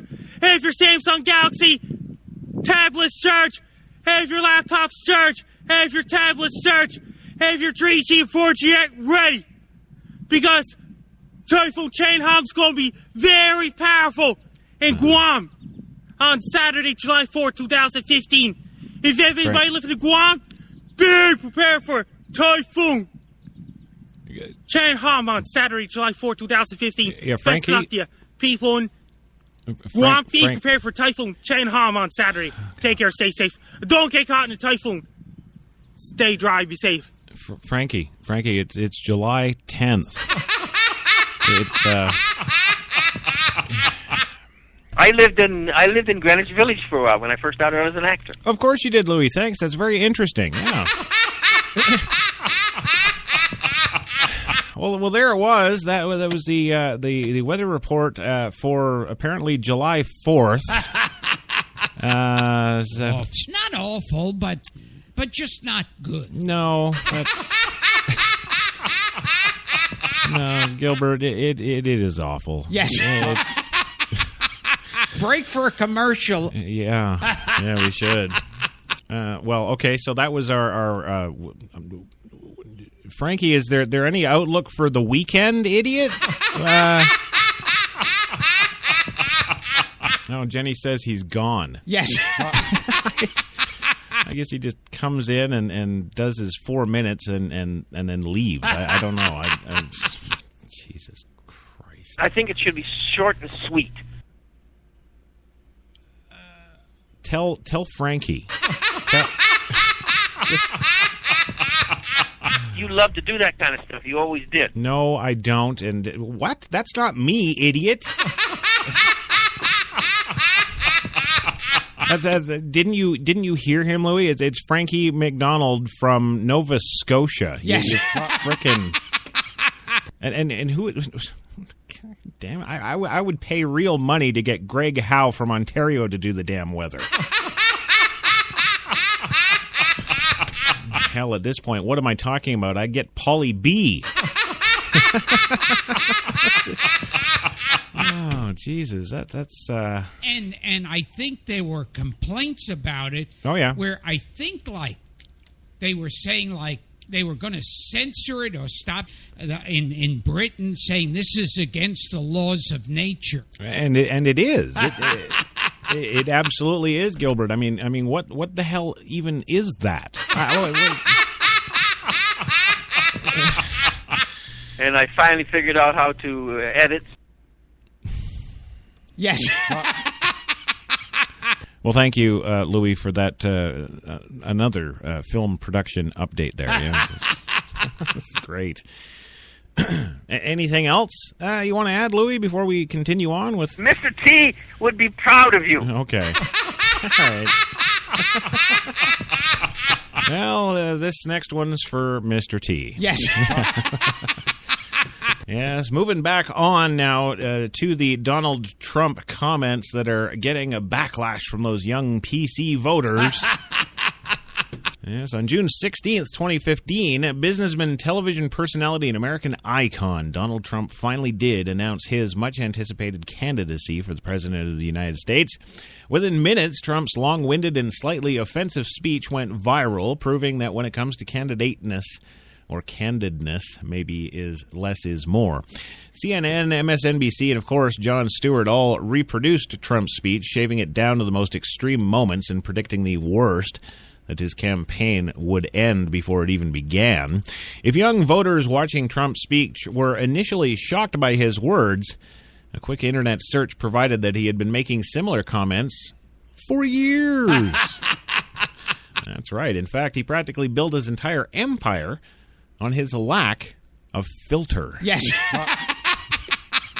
That's what I'm planning to do. That's why I do this show and say the things I say. It's my lack of filter. Well, the only difference between Trump's past and present comments is that young people seem to actually care and are actively utilizing, of course, social media to voice their outrage. All over the internet, young people are decrying Trump's inflammatory remarks. Donald Trump memes are becoming a staple, and the hashtag Trumplebrag, a play-off humble brag, has been born and reiterated over Facebook, Instagram, and Twitter. A play off of humble brag. Yes. Okay, what the hell is humble brag? I'm just out of frickin' touch. Yes. I just am. Well, during the next few days following his announcement, Trump reportedly lost an estimated $50.5 billion in partnerships through the combined withdrawal of Macy's, NBC, and Univision. Colombian singer J Balvin canceled his breakthrough Miss USA concert, explaining that his actions were about, quote, showing leadership through social responsibility. Saying no to a job because of social responsibility. That's good. I love that. Now you don't even have to call into work sick. Yes. You can call into work and say you're not coming in out of social responsibility. Yes. Well, actress America Ferrera brought a new angle to the conversation when she thanked Trump for sending, quote, more Latino voters to the polls than several registration rallies combined. Well, Ferrera, Balvin, and many other Latino role models are renouncing Trump and advising their fans to use this newfound emotion in the upcoming elections. Yeah, like they have a say. Well, Trump's remarks have arguably cost him the young Latino vote, but since when did they ever decide anything? Well, the next part of this movement will be holding these local or vocal young people to their word and seeing if they truly turn out to take a stand against him and his hairpiece. Well, in the 2012 election, the youth vote was extremely decisive and gained national attention. Rock the Vote President Heather Smith is quoted in Politico explaining that this shift marks a pattern in the younger generation that puts, quote, those rumors of apathy to bed, Smith added. This voting bloc can no longer be an afterthought to any party or campaign. Similarly, the Latino vote has been steadily on the rise as more and more illegals pour into the country. And this voting group has also reached a new age of visibility and are wielding more power in the upcoming elections, much like Cubans. Yes. Well, as social media platforms grow, this new generation is faced with a novel burden to hold true to their word and actively work against the rhetoric and policies reflected in Trump's campaign. The social stage has been set for Trump to fall, yet he mysteriously appears to maintain approval among a handful of states. It's called buying your vote, dumbass. Yes, all you little flag freakers. Yes. Yes. All you young up-and-comers, all you illegals. Yes, it sucks, doesn't it? Having nothing, being a big group of people who have nothing. Yes, and all you have-nothings. Well, you have your say. Yes, you do. Yes. Yes, social media is yours. I guess that's something. But you know what you don't have? Clout. That's right, clout. Or a hairpiece. Well, now it's up to the youth to hold true to those claims and keep him down. But he's not there. It's whatever. It's all bullshit. Screw the young voters. Well, we've come across 4 p.m. now. Yes. And thank God we don't have to go to the weather report. Yes. In fact, actually, it's great, Gilbert, because it's Friday. We don't have to hear that for another 2.5 days. But you know, Frankie's going to be back there on Monday with another stellar, stunning report. That was a mistake on my part. Well, oh yeah, you're in charge. Yes. Same thing. Is it? Yes. Yeah. Okay. Well, we are going to go for that commercial break. Yes. But don't worry, when we come back, we've got tons more stories today. A whole other hour of the show to go yet. You just can't get this kind of entertainment anywhere without a prescription. you just can't. So hold on to those butts, fasten those seatbelts. We'll be back in 2. You've got it locked to HTLA Radio 1, New York. Good morning. Welcome to Tim Hortons Cafe and Bake Shop, where fresh always tastes better. What can I make you this morning? How about our new flatbread breakfast paninis? Made fresh, just for you, with your favorite breakfast ingredients on maple or multigrain flatbread, then grilled to hot, melted perfection. Just $2.99. Who couldn't warm up to that? Tim Hortons Cafe and Bake Shop, where quality really does meet value.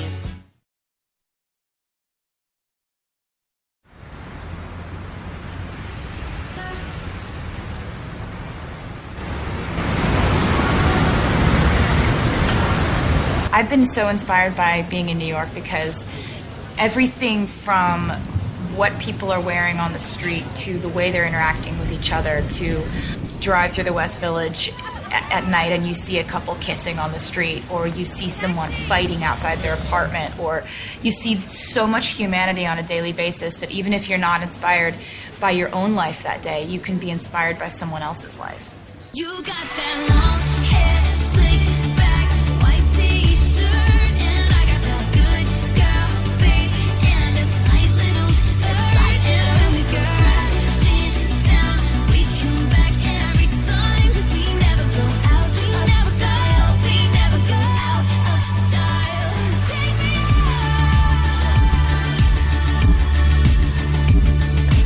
out. There's only one place to get more Taylor. Hi, I'm Mike, founder of DollarShaveClub.com. What is DollarShaveClub.com? Well, for $1 a month, we send high-quality razors right to your door. Yeah, $1. Are the blades any good? No. Our blades are f***ing great. Each razor has stainless steel blades, an aloe vera lubricating strip, and a pivot head. It's so gentle a toddler could use it. And do you like spending $20 a month on brand name razors? 19 go to Roger Federer. I'm good at tennis. And do you think your razor needs a vibrating handle, a flashlight, a back scratcher, and 10 blades? Your handsome-ass grandfather had 1 blade and polio. Looking good, pop-up! Stop paying for shave tech you don't need. And stop forgetting to buy your blades every month. Alejandro and I are going to ship them right to you.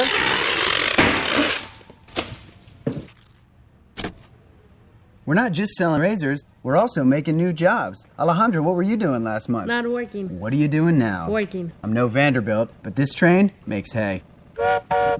So stop forgetting to buy your blades every month and start deciding where you're going to stack all those dollar bills I'm saving you. We are DollarShaveClub.com, and the party is on.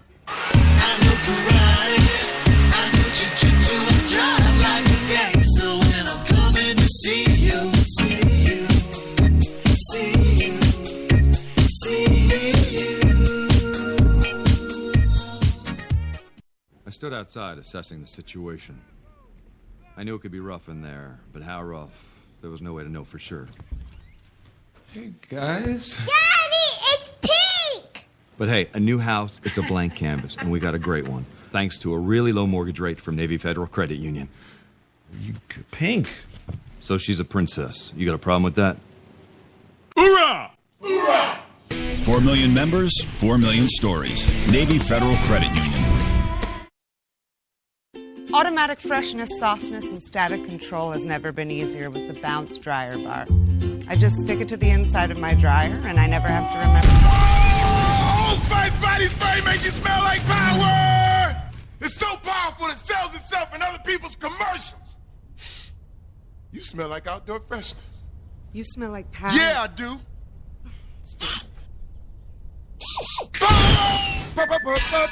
Power!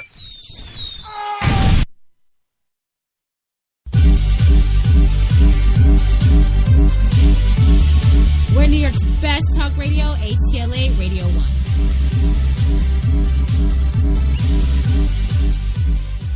Well, I know he has a crush on Sandra Bullock. No, not anymore. She's too damn old. No, she's $88,000 a year they make. Yeah, Louis, we know. Shut up. Yeah, just don't even go there, man. Everything that could go wrong goes wrong. Yeah.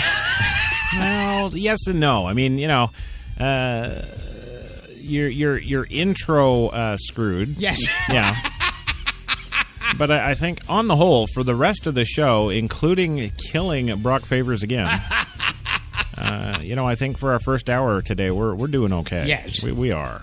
Again, apologies to all of the listening audience out there, anywhere, for now and all time, really. For Frankie McDonald. We've actually, during the commercial, we actually set up a website, oustfrankie.com. Okay? We set this online thing up. Yes. Just go there right now. Whatever you're doing, drop it. Get over to oustfrankie.com and cast your vote. Sign the petition. Let's get the little retarded boy out of here. Let's do that. You know. No, I don't, because I asked him. I said, "Well, fly out here and I'll film you." Why would you want to film Frankie? I don't know. It's beyond me. But hey, gang, welcome back to the big show. Of course, your coffee and cigarettes Friday Frappacino special 2-hour extravaganza. And let's thank the stars that it's not 2 hours of Frankie. Yes. 84 degrees in Central Park right now under sunny skies for this 10th of July, 2015. And it's coming up on 4:08 p.m. Yeah. Yes, we're better off for knowing that one. That's for sure. And, well, it's trivia time now, isn't it? And now I have to bring up that piece of trivia that everyone feels like they're telling people that they don't know. Okay, right. So you're going to probably tell them the airplane story again. Yes. Yeah. All right. Well, let's try that out. It's got to be better than Frankie, right?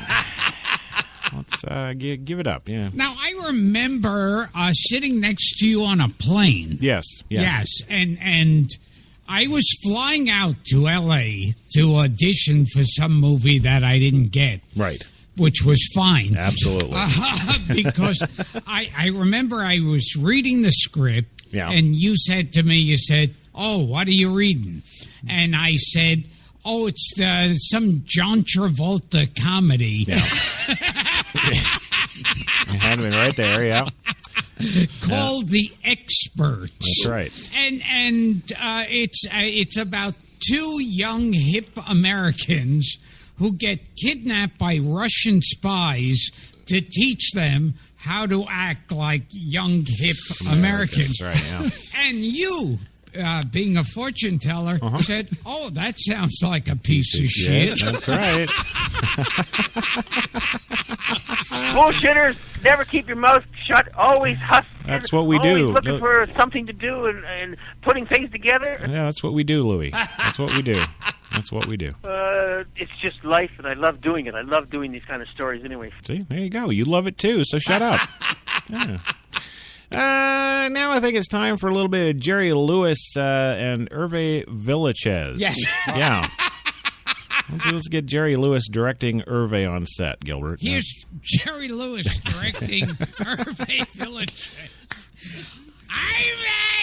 Hervé, can you act with the realistic person acting? Yes, me do it. In France, we admire you. Oh, thank you, you short midget person. We do not like that midget. Oh, I'm sorry, little person with the thing with the thing. You know that just never gets old. Yes. It just doesn't. It's like killing Brock. You know. So what's new with you, Louis, today? I nearly got kicked out of a theater. I can't remember what I saw about 2 weeks ago because I was booing and screaming. Yeah, but that's not new. That's not. That was a mistake on my part. Well, okay. Well, come up with a new story, idiot. Jesus God. You would have loved the guy. Never drank, never smoked, did drugs, nothing. He had only one obsession, and that was the women. He just pitied the fool, and yeah. If you think that you were clever with women, he wouldn't stand a candle with this guy. No. Yeah. Or Muhammad Ali was another one with women. I did 2 films with him. Yeah. We were doing a big boxing movie with 200 or 300 people in the stand. And he walked in and had beside him stood his macho honcho, and those were all the Muslims in those days. They had those little thin ties and suits. Yeah. And he would point at the females. And he went and got him and gave him a note, and every 20 or 30 minutes they would go into his dressing room. But they were only talking about negotiations, I'm sure, right? Oh, yeah, it's all about the business, yeah. It's all about the business, yes. Oh, it's all about the business. Yes. That's right. Well, you know, as much as I've enjoyed this little, I don't even know what the hell this was. We are putting folks out to sleep there. Yes. We need to get them woken the hell up, and don't make me get Frankie back in here. Yeah. Well, let's see what's next up in the old hit parade of stories on the lovely show today. Of course, it's this is pretty bad. Look at that! Wow. Oh, I'm supposed to read it out to them. Okay. I'm just reading the story without you. Yes. Well, more than 60 million people. 60 million people. Yes. Have been displaced by war in 2015 alone. Yeah. Yeah, 60 million people. The United Nations asked the world to turn its attention Saturday to people displaced by war, conflict, and other crises. A record number of people in the world are displaced by war, according to the most recent report from the UN. The number currently sits at more than 60 million people and has been on the rise since 2005, when it was at 37.5 million, the UN reports. July 11th marks World Population Day, an annual observance started by the UN Development Program in 1989. Each year it has a theme, and this one is, quote, vulnerable populations in emergencies. Well, in recent years, hostiles have disrupted 8 countries in Africa. Yes, the Central African Republic, Libya, Mali, northeastern Nigeria, and the Democratic Republic of the Congo, South Sudan, and Burundi. Conflict in Kyrgyzstan, Myanmar, and Pakistan have forced people across borders, and the Ukraine conflict, of course, has displaced more than 1.3 million people itself. Disruption also continues throughout Syria, Iraq, and Yemen, the UN reports. In these kind of situations, the safety of women and children are particularly at risk, according to the UN Population Fund. But don't worry, we've got that oil secure. Yes, they say, quote, it is terrifying that on one hand there are more and more impunity for those starting conflicts, and on the other there is seeming utter inability of the international community to work together to stop wars and build and preserve peace. UN High Commissioner for Refugees Antonio Guterres said in a statement released in June. Guterres called for a renewed commitment to tolerance and protection for people fleeing conflict and persecution. Now on to important news. Yes, and I say that because, of course, we're treating all this shit as as important news, and I'll tell you what I mean by that in just a few moments. Yeah. Yes, because our next story is about, of course, the NAACP. Yes, and they're looking at ending the South Carolina boycott over the flag now that they have made the efforts bring it down. Yes, Columbia, South Carolina today. Economic benefits could follow the lowering of the Confederate battle flag today. The flag was removed at 10 a.m. from its location atop the pole at the Confederate Soldiers Monument on the front lawn of the State House. The national president of the National Association for Advancement of Colored People... You know, if you have to have, if you have to have a national association for the advancement of your race, yes, you've already lost. The music is fantastic. Yeah. Oh, you got to hear it. You like the black folks' music, do you? Yeah. Well, anyway, the leader of the National Association for Advancement of Colored People, Cornell William Brooks, said Thursday that his organization will consider an emergency resolution to lift its boycott of the state. Well, wait a minute. That can go two ways. How come they're even allowed in the state then? Yeah, man, if I would, elect me governor and I'll kick them the hell out. Yes. Really? You're going to boycott my state? Well, there you go. You go live in California. Well, today, South Carolina ushers the state and our country into a new era. Yes, one of unity and inclusion at a time of such profound tragedy, he said in a statement. The organization is poised to consider the resolution at its convention Saturday in Philadelphia. The NAACP imposed an economic boycott in South Carolina back in 2000 when legislators voted to keep the Confederate flag on the State House grounds as a compromise to removing it from atop the Capitol dome. Confederate symbols, including the battle flag and the beautiful suit Jenny is wearing, for some unknown reason, they have been the subject of resentment for years. Well, no, wait a minute. I can actually maybe see their point now. Yes. Yeah, Jenny, take that off. Yeah, the battle flag, in one version or another, has flown at the State House for more than 50 years, going up in 1961 to recognize the 100th anniversary of the Civil War. and staying up the following year as a protest to the civil rights movement. The anger boiled over after the shootings last month at the Emmanuel African Methodist Episcopal Church in Charleston. The white suspect, Dylan Roof, posed with photos of the Confederate flag. And everybody's completely ignored the apartheid patches sewn to the man's vest. Well, the truth about the Confederate battle flag is that it represents a past full of racial terrorism and violence against black people. Well, we don't have that still? Come on. Yeah, so says Rashad Robinson, executive director of the colorofchange.org. Yes. The South Carolina legislature took a much-needed and long overdue step forward facing the racist actions that continue to plague our communities. Yeah, so dropping a flag is going to fix that? Really? Well, North Carolina members of the Ku Klux Klan, a white supremacist group, I did not know that. They previously planned a rally here July 18th, and you can bet your little whistles they'll be bringing their own flags. Many state lawmakers invoked business interests as a reason to quickly remove the Confederate flag as the nation watched how South Carolina handled the issue.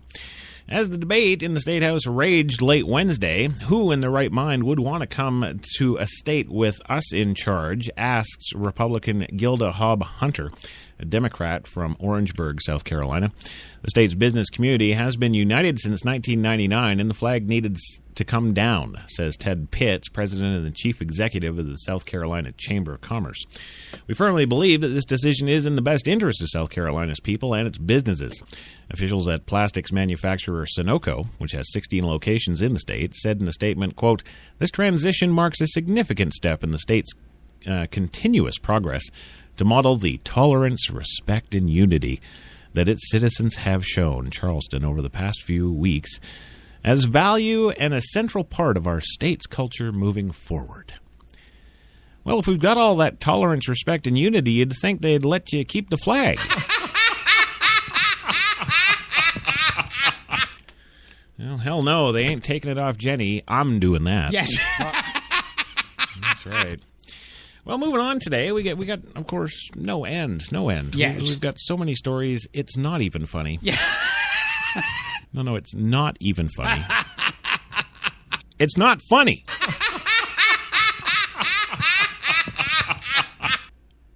I'm just not going to say anything. Yes. That's it.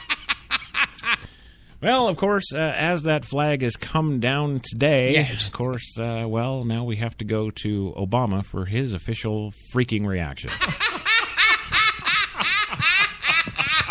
And what do you think that reaction was, Gilbert? Do you think he's praising it? Yes. Yeah, you do? Really? Yeah. Duh. Yes. That's right. In our Obama News segment today, of course, Obama praises the Confederate flag removal in South Carolina. President Obama took to social media today to praise the removal of the Confederate battle flag from the grounds of the South Carolina State House. So tweeted the president, quote, "South Carolina taking down the Confederate flag, a signal of goodwill and healing and a meaningful step towards a better future." Obama backed the move during his June 26th eulogy on behalf of 9 African Americans gunned down in Charleston Church by that white supremacist. Oh, he's... Yeah, what was it 20 minutes ago? He's an alleged killer? Yes. Now he's a white supremacist. Yes. And you know it's true because the president said so. Wow. Screw you, Obama. Yeah. That's why power is corrupt, and it is. We see it every day. You see it in every job. It's the same thing. I know, Louis. I know. But he's not corrupt. He's just black, and I hate him. We'll move on today, of course. Now that we've got the official word from Obama, we can actually move on into some of the other stories that matter to you. Oh, okay. No, we can't. Jenny is saying that she will take off the rebel flag bathing suit for me, but we have to go to commercial. So, You know what I'm going to do? I'm going to commercial. Yes. Yeah. So we're going to go for that commercial. Don't go away. We'll be back in 2 minutes. When we come back, we'll tell you about some politicians, rather. It'd be nice if I could talk. Yeah. Politicians seeking new money in a strange place. Yeah. Yes. It's a very strange place. Well, there's no other way to say it. It's a Taylor Swift concert. I don't know. I don't know why the hell. What are they? Her fans aren't high. Yes. Shouldn't they be going and looking for money handouts to all the pot smokers at an Aussie concert? It's just all you got to do is go up to them, shake their hand, and tell them, "I'll go get Doritos. Give me some money." Yes. That you'll have so much money flying at you, it wouldn't be funny. But no, apparently they're doing it at a Taylor Swift concert, and so we'll tell you about all that and so much more when we come back. Hang on, back in 2. We're New York's best talk radio, HTLA Radio 1.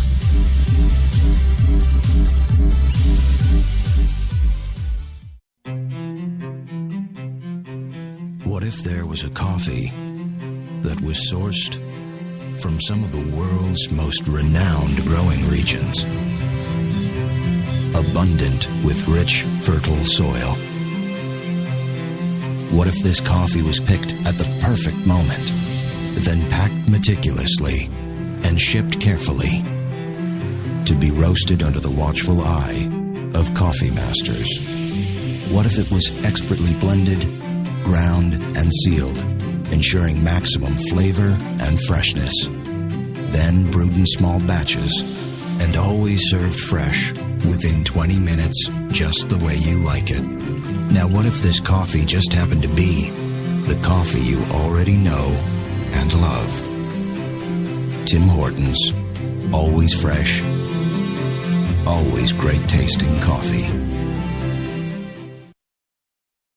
Automatic freshness, softness, and static control has never been easier with the bounce dryer bar. I just stick it to the inside of my dryer, and I never have to remember. Old Spice body spray makes you smell like power! It's so powerful it sells itself in other people's commercials. You smell like outdoor freshness. You smell like power. Yeah, I do. Power! Power! I stood outside assessing the situation. I knew it could be rough in there, but how rough, there was no way to know for sure. Hey, guys. Daddy, it's pink! But hey, a new house, it's a blank canvas, and we got a great one, thanks to a really low mortgage rate from Navy Federal Credit Union. Pink? So she's a princess. You got a problem with that? Hoorah! Hoorah! 4 million members, 4 million stories. Navy Federal Credit Union. Hi, I'm Mike, founder of DollarShaveClub.com. What is DollarShaveClub.com? Well, for $1 a month, we send high-quality razors right to your door. Yeah, $1. Are the blades any good? No. Our blades are f***ing great. Each razor has stainless steel blades, an aloe vera lubricating strip, and a pivot head. It's so gentle a toddler could use it. And do you like spending $20 a month on brand name razors? 19 go to Roger Federer. I'm good at tennis. And do you think your razor needs a vibrating handle, a flashlight, a back scratcher, and 10 blades? Your handsome-ass grandfather had 1 blade and polio. Looking good, pop-up! Stop paying for shave tech you don't need. And stop forgetting to buy your blades every month. Alejandro and I are going to ship them right to you.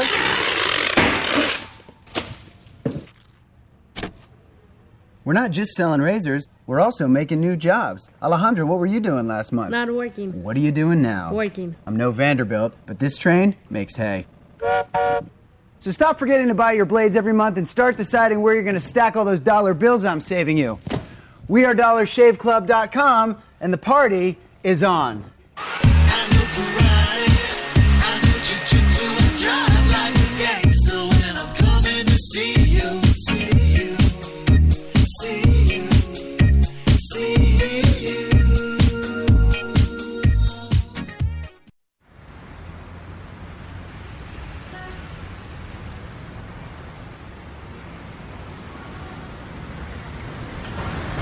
I've been so inspired by being in New York because everything from what people are wearing on the street to the way they're interacting with each other, to drive through the West Village at night and you see a couple kissing on the street, or you see someone fighting outside their apartment, or you see so much humanity on a daily basis that even if you're not inspired by your own life that day, you can be inspired by someone else's life.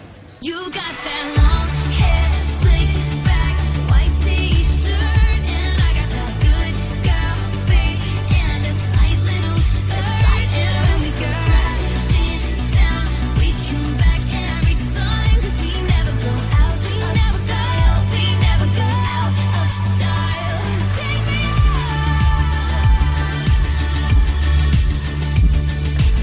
There's only one place to get more Taylor. You've got it locked to HTLA Radio 1, New York. Here's a name out of nowhere, but I don't know. I just thought because she's really of like more modern but still old Hollywood. Yeah. Raquel Welch. Same thing. Well, Thank you for listening. Yeah, wow, are you drunk? Thank you very... Oh, I know what it is. You got to go. Yes. Yeah. Oh, yeah, little whipped boy. What's, Dara want you to go out and... Well, no, you cleaned the garage last weekend. Yeah. So what's the 3-alarm emergency there, Gilbert? I mean, doesn't she know you work for a living? Yes. What the hell's going on anyway? No, Frank and I were talking that your mother was in a movie. Yeah. She was, absolutely, and that's her, not me, don't care. Moving along. Which woman are you married to or living with now? We already covered this in the first hour, Louis. It's the duck. That's right, it is the duck. Welcome back to the show. Your coffee and cigarettes, Friday Frappacino, for this Friday, July 10th, 2015. 85 degrees, Central Park, right now under sunny skies. And we're sitting in here, but it's okay because I am staring at a rebel flag bikini on the floor. Yes. Yeah, you just can't get any better than that. Yes. I'm sorry. And no, you're not coming to the studio, Gilbert. Yes. I go a half an hour. Do I get 50,000? No, but I'll email you a picture of Jenny without the bathing suit. Louis, what the hell do you need all this money for again? I need to try to raise $25,000 to enter in the Academy Awards, and I think it's a fantastic risk because we have a tremendous chance. There's about 200 members that vote on it, and they all get. You have to give them a DVD now. Yeah. You've told us that before, yes. and I've done the math on that, and that works out to like $200 per DVD. No, $125 cost for a DVD, which makes me ask two questions really. One, where is it you're buying the DVDs? Two, can I buy a franchise? That was a mistake on my part. Well, I know, and we'll let you go. Well, let's fight Hitler. That's a great idea. Let's just stop what we're doing right now and fight Hitler. Yes. Yeah. Oh, wait, you stupid little Jew. He's dead. But what can you do when you only pay $4 an episode? And actually, I came to that figure because that's the amount of money he lets Dara go out with on a walk in the park on a Sunday. Yeah. Gives his wife $4. Yes. What a jerk. Well, I guess we know just how much you think her little ass is worth. Yeah.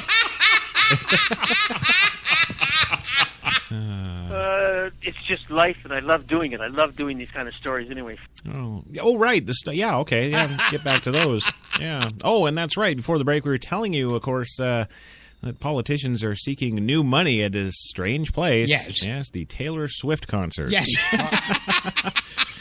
And you thought I was making it up, but no, I'm not. Did you ever want to get down to this sick beat with politicians at a Taylor Swift concert? No. No, actually, I watched some of her videos I guess late last night. I was bored and had nothing else to do. Yes. I actually looked at some of this girl's videos and wow, just staggered at the stupidity. Yeah, and really the filmmakers are the guys who I want to kick in the balls. Yes. Yeah. Yeah, I mean, they've got her doing all these video formats that Madonna was doing like 32 years ago. Crawling under the sexy, the line of sexy girls, yes. Crawling under them and looking up like she's some thirsty, tonguing lesbian. And then, of course, dressing her up like Lady Gaga. Yes. Yeah. Now, in all fairness, they didn't dress her up in meat. But the stupid glasses and the stupid hairdo. I was just looking at this whole brand last night. Yes. And I was just thinking to myself, wow, how stupid is the public? That they would actually buy this crap, this recycled garbage, over and over and over again. The music is fantastic. Well, yeah. Oh, you got to hear it. Oh, yeah. Yes. Yeah. Oh, yeah, nothing against Taylor Swift. In fact, every time that commercial comes on well, you wouldn't know it from the commercial, of course, but that commercial that we roll here for Target, actually, is the store that is that commercial where she's going on about people in the West End fighting and shit. Yeah, that's apparently the what that commercial is. Yes. So if you were wondering, and I know we have actually had some email requests about that, like what the hell is she selling? Yeah. Yeah. Just every time you hear Taylor Swift, just go to Target.com. There you go. Well, do you ever want to get down to the sick beat with politicians at a Taylor Swift concert? No, but now you can.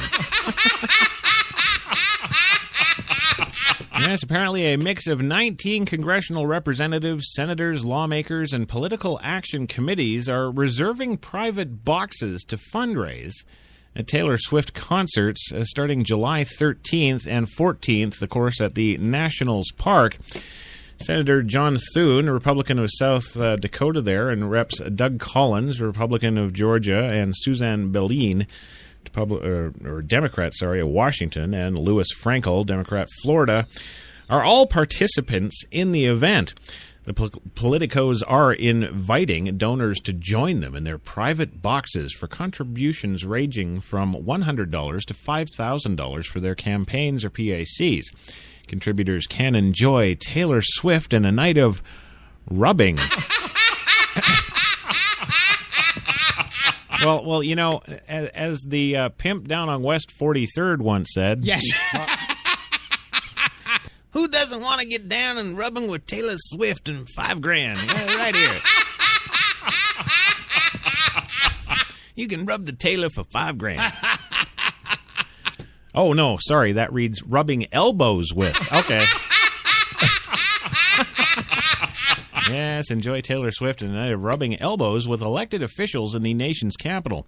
According to the Sunlight Foundation, which keeps tabs on political fundraising, this is not the first time politicians have used Taylor Swift like a dirty little whore. No back in June of 2010, politicians such as Reps Tom Price, Republican of Georgia, Marsha Blackburn, Republican Tennessee, and Greg Harper, Republican of Mississippi, all sold tickets for fundraising events at Swift concerts at the Verizon Center. Taylor Swift has not disclosed her political views, and really nobody cares.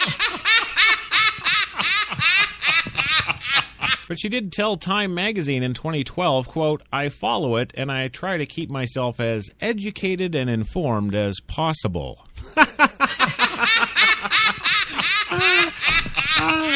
Taylor Swift, educated and informed. Yes. Yes.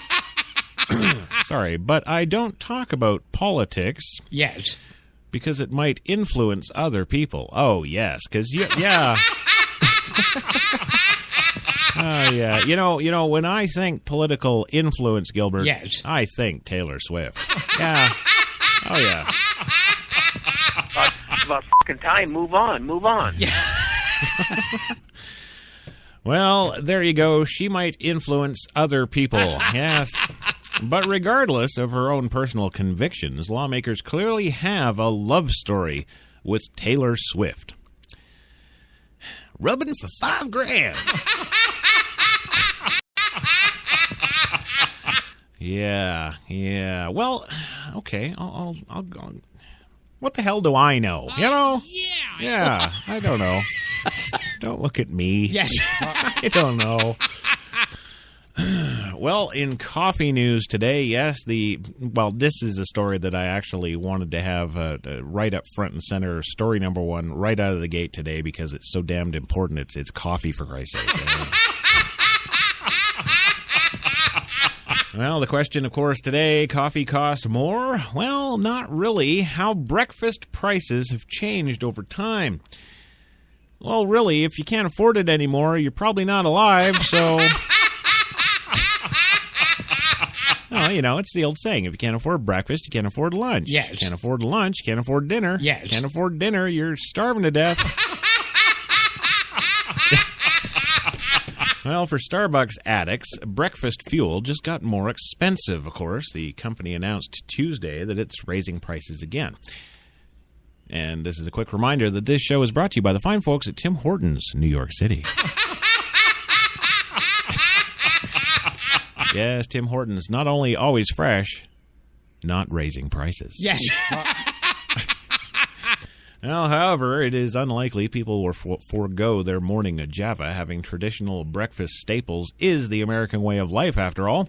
People experiment with the rest of their day, but breakfast is the ritualized meal, says Mary White, a professor and food anthropologist at Boston University. There you go. If you want to go and waste your entire life, you too can become a food anthropologist at Boston U. Wow, a food anthropologist. I didn't even know they had that. Yes. No way. Well, Americans like their eggs, toast, bacon, pancakes, coffee, orange juice, and breakfast cereals. It's not to say tastes don't change. While protein products like eggs and Greek yogurt are trending, according to the 2014 study, The Battle for Breakfast, from the Nielsen Perishables Group, also increasing in popularity are such quick bites as donuts and muffins. But the meal's hearty staples aren't going anywhere. The good news, over 35 years, considering inflation, breakfast remains a good deal.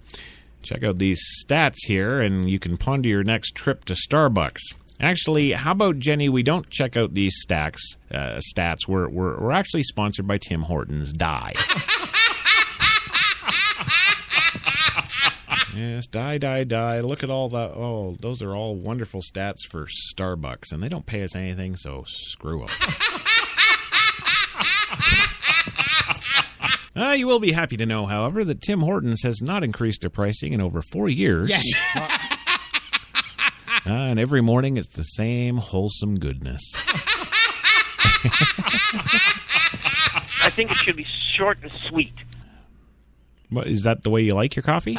Short and sweet? Yeah. The Okay. music is Yeah. fantastic. Right. Oh, you got to hear it. Yeah. You like the Timmy's music. Okay. Well, you can, Louis, I'm not going to take it away from you, man. If you like the Timmy's music, you just embrace it. You hug that shit. Sex is only the tip of the iceberg. No, I didn't say F it. I did not. No. Hug the. Yes. Hug the. Gilbert, it's time for Cary Grant and canting. Hey, There you go. JoJo's, hey. Oh, you can never get along. Or no, not you can never get along. Yes. I'm sorry. I guess I just can't handle these extendo shows. I guess. You can never go wrong, thank Yes. you, with Cary Grant, of course, as the the Jewish cantor. They once said to Sammy Davis Jr. that he's the greatest performer in the world. And Sammy said that he didn't agree with that. Right. He thinks Mickey Rooney was the greatest performer in the world. Yeah, well, Sammy's black. What does he know? I mean, really, come on. Same thing. It is, you know. Why even... this is the other thing. Why would you even bring it up? Yeah, Yes. That's what I want to know. Why the hell would you? Why would you do that to me? Well, moving on today, of course, we've got more stories that matter to you most. That's right. Listen up, Monsanto. What is up next? Oh, it's a fun story. It's something that I've masturbated to before. Yes. Yeah. Yes, the U.S. Army is to consider hollow point bullets for a brand new pistol. That's the kind of stuff I'm talking about. It's just life, and I love doing it. I love doing these kind of stories anyway. Mm-hmm. Yeah, well, oh, right, yeah, I'll do it. Yeah. Okay. Well, the Army is considering the use of expanding fragmenting ammunition, such as hollow point bullets, to increase its next generation handguns, looking for the ability to stop the enemy. Really? Like, what's wrong with the Army? We've had this technology for what, 40 years now? Yes. Hey, let's use it in the battle zone. Well, this news was revealed Tuesday during the service's 4th Industry Day for its modular handgun system. After a recent legal review within the Pentagon, the Army can consider adopting special purpose ammunition, says Richard Jackson, Special Assistant to the Army's Judge Advocate General for Law of War, according to an Army news release. This marks a departure from battlefield practices over a century old. Jackson told the Army Times that while this isn't the first approved use of such bullets in the military, the stance represented a significant reinterpretation of the legal standard for ammunition. He also said a lot has changed since the initial movements against the round, especially with the increased prevalence of the asymmetric warfare. There's a myth that expanding fragmenting bullets are prohibited in international armed conflict. That doesn't make any sense now, does it? Jackson said. Well, no, you're supposed to kill the enemy. It's gonna... Well, more than 20 manufacturers are vying to make the Army's next-generation handgun, dubbed the XM-17. The solicitation for the contract is to produce more than 280,000 guns for the Army and is expected to drop later this month, says Lieutenant Colonel Harry Russell, Program Manager for Individual Weapons. First deliveries are currently scheduled for 2018. 2018. Wow, 2018. 3 years ago. Man, okay. Well, most of the Army uses full metal jacket or ball ammunition in both handguns and rifles. These rounds are designed to hold together, increasing penetration and narrowing the tunnel of damaged tissue. Expanding the fragmenting bullets can flatten or break apart and are more likely to remain in the body of a target and transfer all of their energy to it. A wider swath of tissue is typically destroyed. Modern complaints against the Army's long-standing Beretta M9 standard handgun have included stopping power. The potential shift towards hollow point ammunition could allow manufacturers to tool and change the ballistics equation substantially without a shift away from the 9mm round. On the battlefield, the U.S. has generally observed the 1899 Hague Convention rule banning bullets that expand or flatten easily in the human body, despite the fact that the U.S. has never been signatory to that particular agreement. The premise of the convention was that bullets caused unnecessary and therefore inhumane injury unrelated to stopping a combatant from continuing to fight. I can't believe they have all these stupid rules. It's war. Well, the U.S. reserved the right to use different ammunition, of course, where it saw a need. For example, Crime Investigations Command and military police use hollow points, as do law enforcement agencies around the country, in part to minimize collateral damage from bullets passing through a target. Special Forces soldiers also use expanding fragmenting rounds in counterterrorism missions.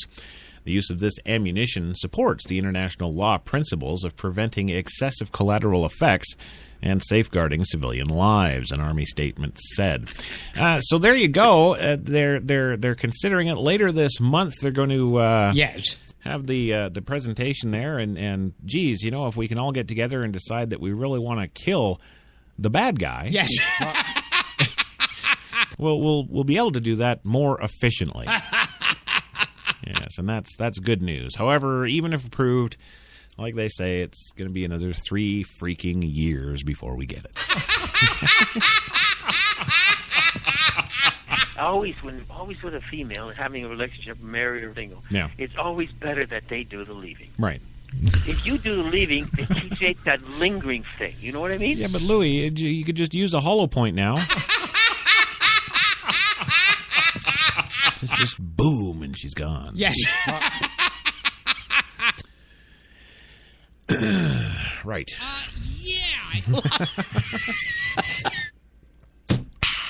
Yes, that's it. Brought to you by Tim Hortons, New York City. That's right. And I got to tell you, you know, it's like the best coffee. It really is. I'm not just saying that because they pay me ridiculous amounts of money. Yes. I'm not. No, the truth is, I was born and raised on Tim Hortons ever since I was a wee lad. Yes. Really? I do my little Irish wee lad and I get this straight and serious, yes. Well, what are you going to do when you're working with a Jew? You know how to spell my last name on the check, right? It's Louis Lawler. Yes, you'll be paid. Oy vey. Well, in our coming up on our final story today. Yes, we've actually gone 2 freaking hours and not really told anybody anything. And that's the way it was, America. You just don't know what the hell that is. Yes, that's right. For myself and Dan Rather, good night. Well, in our final story today, we spend 1.2... This is... Plug your ears, Gilbert. You're not going to like this. Yes. No, $1.2 billion on fish oil pills that may actually do no good.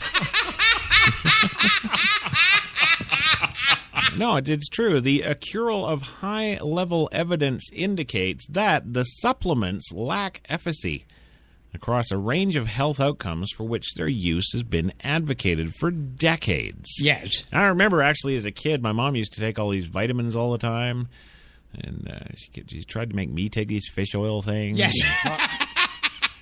And I felt lucky because, of course, back in the 40s, kids got, tablespoons of cod liver oil every day.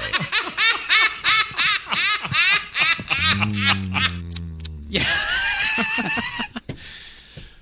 Well, there's always been speculation that, these things don't really do any good. Yes. And, 48 years later now, we've finally caught up with technology to the point where we can finally figure out that, no, they don't do anything. Right? Yes, that pronouncement, a conclusion that comes from an analysis of 24 studies based across randomized clinical trials, was published in JMA Internal Medicine in 2014. It's not really a ringing endorsement, but as the Washington Post reports, we buy those supplements anyway, and lots of them. Americans spend roughly $1.2 billion each year on fish oil pills and associated products. Folks, send that money to me. You send it to me. Yes. And while I can't guarantee you anything in return, I can certainly guarantee you. Yes. I will absolutely swear on a stack of Bibles, personally guarantee you that I will do more for you than those fish pills. And even if that's just sitting here every day, entertaining you for free. Yes.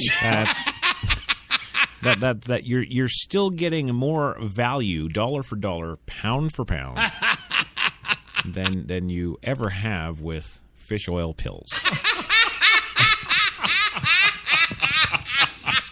Well, JAMA research told Reuters in 2013 that about 10% of Americans take them. They're touted for the good fatty acids, omega-3s they contain, but while they're generally considered safe to take, it's pretty unclear whether they're beneficial for heart health, which is the primary reason that they say to take them. Yes.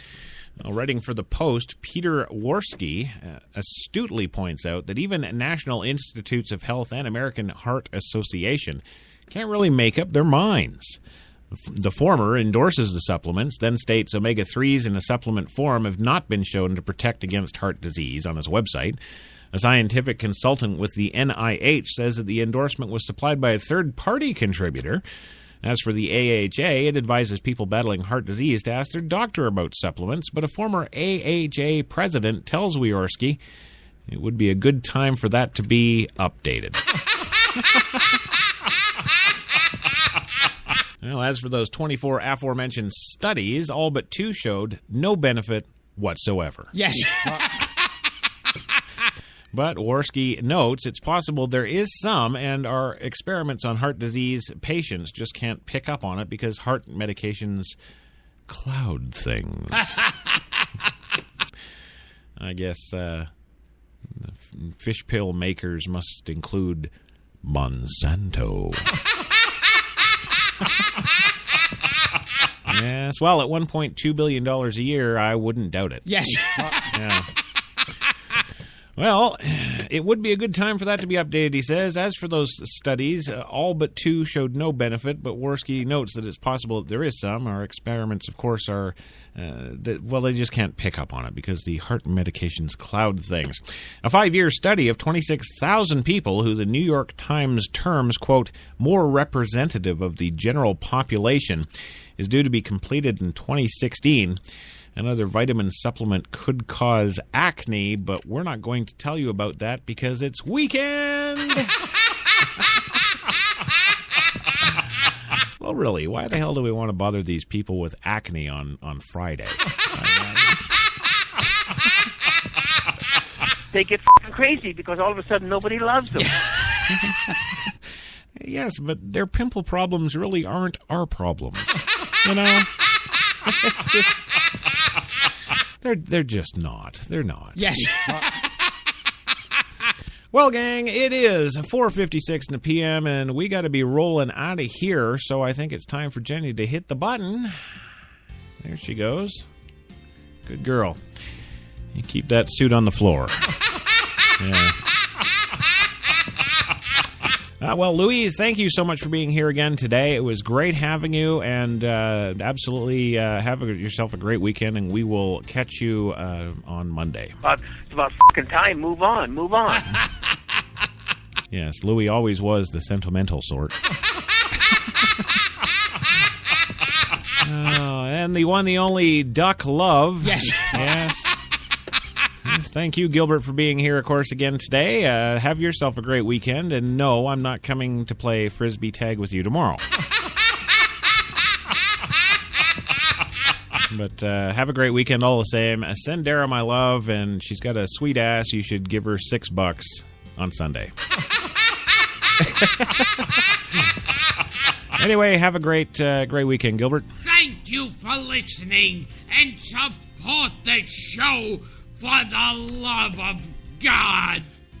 Now, if he could only have that kind of love and respect for his wife.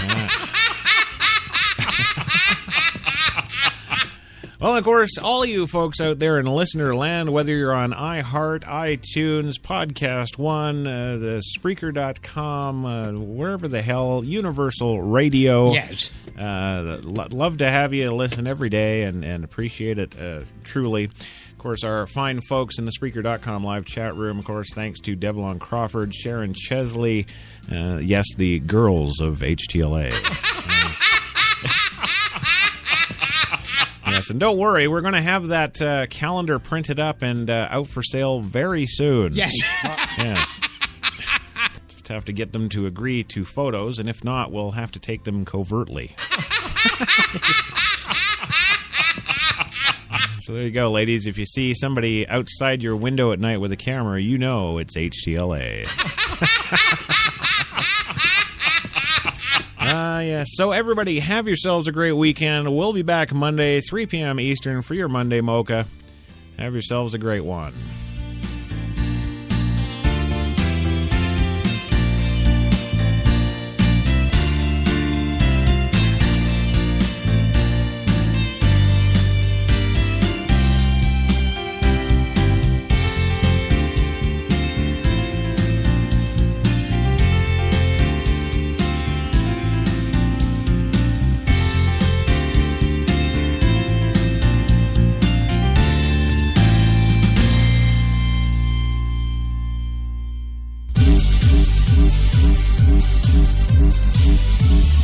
We're New York's best talk radio, HTLA Radio 1.